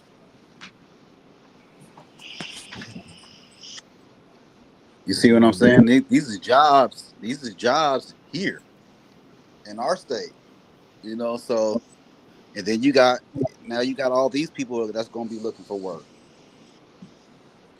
Well, all right. Well, I tell you, man. Shit is you damn near might as well be homeless so you get some free shit. Yep. You know? they gonna give you a free house, and they gonna give you some money to possibly put down to buy a house. They want it, man. It's just getting crazy, bro. Well, good luck to the new mayor. I hope shit works out for him, but I can tell you, man, I don't like what I'm seeing. He sound like Ted Wheeler. Remix. Yeah, he sound like the remix. Yeah, he sound like the remix. Motherfucker sounding like Kamala Harris, nigga, with that word salad, man. I'm sitting there like I'm listening to him. I'm like, all right, he's getting to something, but he just keep going. I'm like, bro, land. I need you to land the plane, bro. What the fuck are you doing, bro? But say something. What I mean, that shit sounds. I don't think that's gonna work, bro. I really, really don't think. What I heard him talking about, I don't see how that works. I don't. But he's a CEO or whatever it is of a company, a large company. So he knows more than me. I want to say in that article I sent you, I can't remember if he used it as an example or if he said, like, if we give each church like 3,000 or 3,500, you sent that to me a month. already.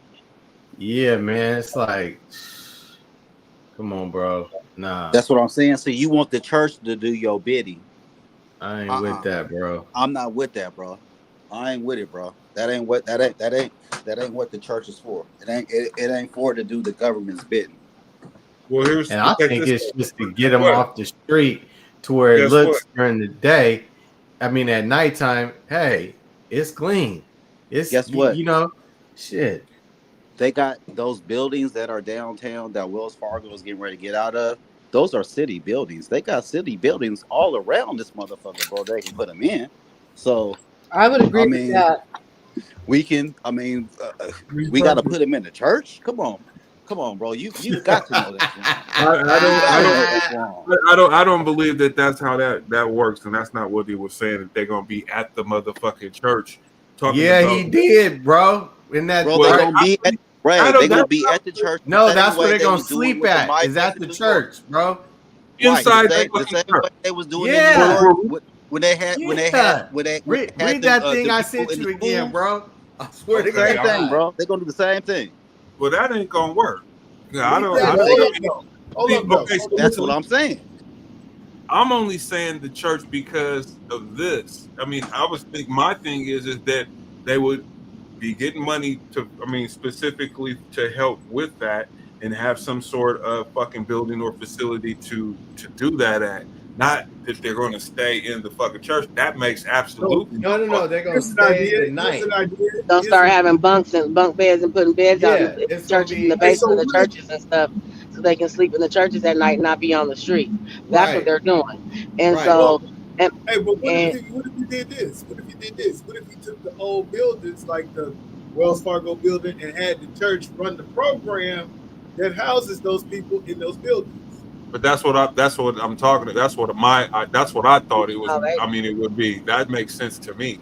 But these niggas are saying that the article is that they want them to sleep at the church to run those programs. Yes, they get to build community, brother. That's what's failed the black community. Bro, listen, the church forgot about that part of it. Listen, it's more than that. But I can get more to that, but the church doesn't have the staff. They're not equipped to handle homeless, mental health, fragile people, bro. They're not equipped for that. They don't have the staffing for that. If this is a government issue, if this is a government in a city issue, the government in the city needs to be handling that. They shouldn't be handing that off to people in church to handle that, bro. They're not educated enough to handle that. They don't have the backing behind that. Saying you build the education in the community of the people to have those jobs. Now you build an economics within the community through that kind of a program through the church. Now the church has validity and more than Jesus at it that people are now seeking. So now you're gonna have an influx. Look at how many churches are in you know, certain neighborhoods, right? So the bigger the church, all right, the more people you gonna have whose backgrounds you don't know shit about in your neighborhood. But in all those neighborhoods, there are people, because I look at Sacramento and Calvary Christian Center. I look at all those types of churches. I don't know which one is important, but y'all got one. Y'all got a black non-denominational church there. And one of the things that they do well is they promote and uplift those who are doing for the prayer. And that creates a good tithing base for them. And if you look at those churches, they're very prosperous. But they're only prosperous because they got a real good, solid group that's tithing every Sunday. Right? Now, when you look at the problem in our community, especially the black community, that was supposed to be the pillar of building up other skills besides our belief in God and Jesus. And we lost our way with that. And we can rebuild that through homeless programs that uplift and build people to go back in the community, not pacify them, not just house them to be, you know, lazy, but building them to be more, to be back functioning, you know, people in the community. And it don't have to be. But the majority of the people that are out here don't want that. They want to get high. You can't get high at the church. They want to go get high. They want to go do what they want to do. They not trying to be at that motherfucking church, nigga. You know what I'm saying? They out here trying to get. They trying to go get their next fix. There's a little bit that will. We ain't talking about the ones that don't. There's a little bit that will, but there's a whole lot more that won't. So the problem is not going to be fixed because they want to open the doors to the motherfucking church. I could give two shits about that. Because they're gonna still be out here with their blue tarps and their little tents and their little baskets and dog strollers and shit and whatever the fuck else they got going on. This motherfucker over here, I'm about to ride past right now. He got a camper out there. He got two little spike things with Christmas tree decorations on it, nigga. He got a barrel with flame, nigga, so he can have heat, nigga. He got the whole works right out here on the motherfucking city street. You hear me? He's not giving a fuck about the church, nigga, because he can get high, cook his meth, and all kind of shit right here on the street for free and get help. He needs to go to jail. He needs to go to jail. Yeah. Put him in jail. Put him in jail. Go to jail. If he's smoking dope on the streets, you're going to jail. Yeah, well, they not. You don't got no. You homeless, so you ain't got no place to do it at, so it's illegal. How about that? You. But I mean, this is what's going on though. Like, shit. Get your motherfucking ass in jail, nigga. That free labor, nigga. Get you out there in the game, nigga. Cleaning up the mess you left, bitch. You know what I'm saying? Like you here. Hey, them people in the tiny homes need to get them little picker scoopers or, you know, the little tongs to pick up litter and clean up the city. Shit. I'm telling you, bro. I mean, if I ran a city or a state, it wouldn't none of this would be. You wouldn't I'm see. gonna try to show y'all if I can. I don't know if I'll be able to, but I'm gonna try to show y'all this motherfucker setup, man. Like he got the whole little setup going on. Like this son bitch, he out here just living his best fucking life. He been out here for almost like a year. Like he out here living his best fucking life, nigga. I'm about to turn the camera around. I'm gonna turn my motherfucking brights on. You see this shit coming up where I'm at right here? This motherfucker, he got two campers. This motherfucker, he got all the shit out here. Look at this shit. Look at this shit. Is he having a party? Out here. Yeah, nigga. Yes, they out here kicking it every night. Every motherfucking night. What street are you on? Are you on Lombard? Where are you at? I'm on Pheasant. I was by 5 Point. You stupid ass bitch. Oh. Fucking, you know, I'm on Pheasant out here, like right by the 5 Point where the 7-Eleven and all that shit is. You know what I'm saying? Right here, down here over by Roosevelt. Over here by Roosevelt. And that's just one. There's so many more out here. It's over here by where that lady got attacked by the dog. We're right up over here by that trail. That's where we were at. Yeah. So just a little, you know what I'm saying? And the school is right here. You got the middle school down the street. You got the little Head Start school right here. You got Roosevelt over the other direction. Man, listen, this is what they're doing. They don't want the help. They want the help that they can get the free food stamps, the little medical they get, whatever the fuck else they get. But they don't want to be in nobody's motherfucking shelter, little tiny house, nobody's the Lord's building. They don't want none of that. They want to be able to get high. He got a little meth station in there. He cooking meth, smoking meth, whatever the fuck else they doing. And that's just one. There's so many more that are here and they're not moving them. Well, if I told y'all I got the key, man, I think I need to run. I'm gonna have Ivory and Jermaine in my cabinet because they go hard in the paint. And about this, I'm like, no, we're gonna get rid of homelessness. I'm gonna put Ivory on at my administration. I mean, you should run. Like, we're not gonna get nowhere as long as we keep, you know what I'm saying, talking about it. Well, fuck, these average motherfuckers is running. Why can't you? Yeah. I mean, these average motherfuckers is running, so why can't you? It makes I will run on that too. I say I'm gonna get rid of homelessness for once and for all. You know what I'm saying? Yeah. It's like you ain't gonna be able to put up a blue nothing in this motherfucker, and I dare you to park your fucking camper anywhere, nigga. Man, for real, you ain't gonna get it they back. had 2 campers, 3 cars, and a motherfucking and like 15 bikes, nigga. And not to mention they got the I'm telling you, they got the hobo oven with like a barrel with fire in it, like you used to see on the movies in New York and shit. You know what I'm saying? When we was watching what was it? When Eddie Murphy and then when they was down in the bums and they got broke and was at the little barrel. Yeah, trading places, yeah. Like that, nigga. We're gonna be backstage. Hold on. But everybody, thank you for joining us on the PDXDOPE Live podcast. We are 2 hours and 40 some odd minutes program. This has been a good conversation. We talked about it. But you guys have a safe weekend, and we'll see y'all next week. I ain't even got my shit queued up. I'm going too fast. All right, and I don't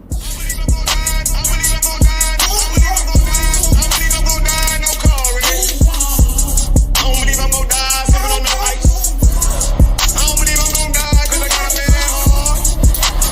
I believe I'm gonna die, cause I'm a phone. I believe I'm gonna die.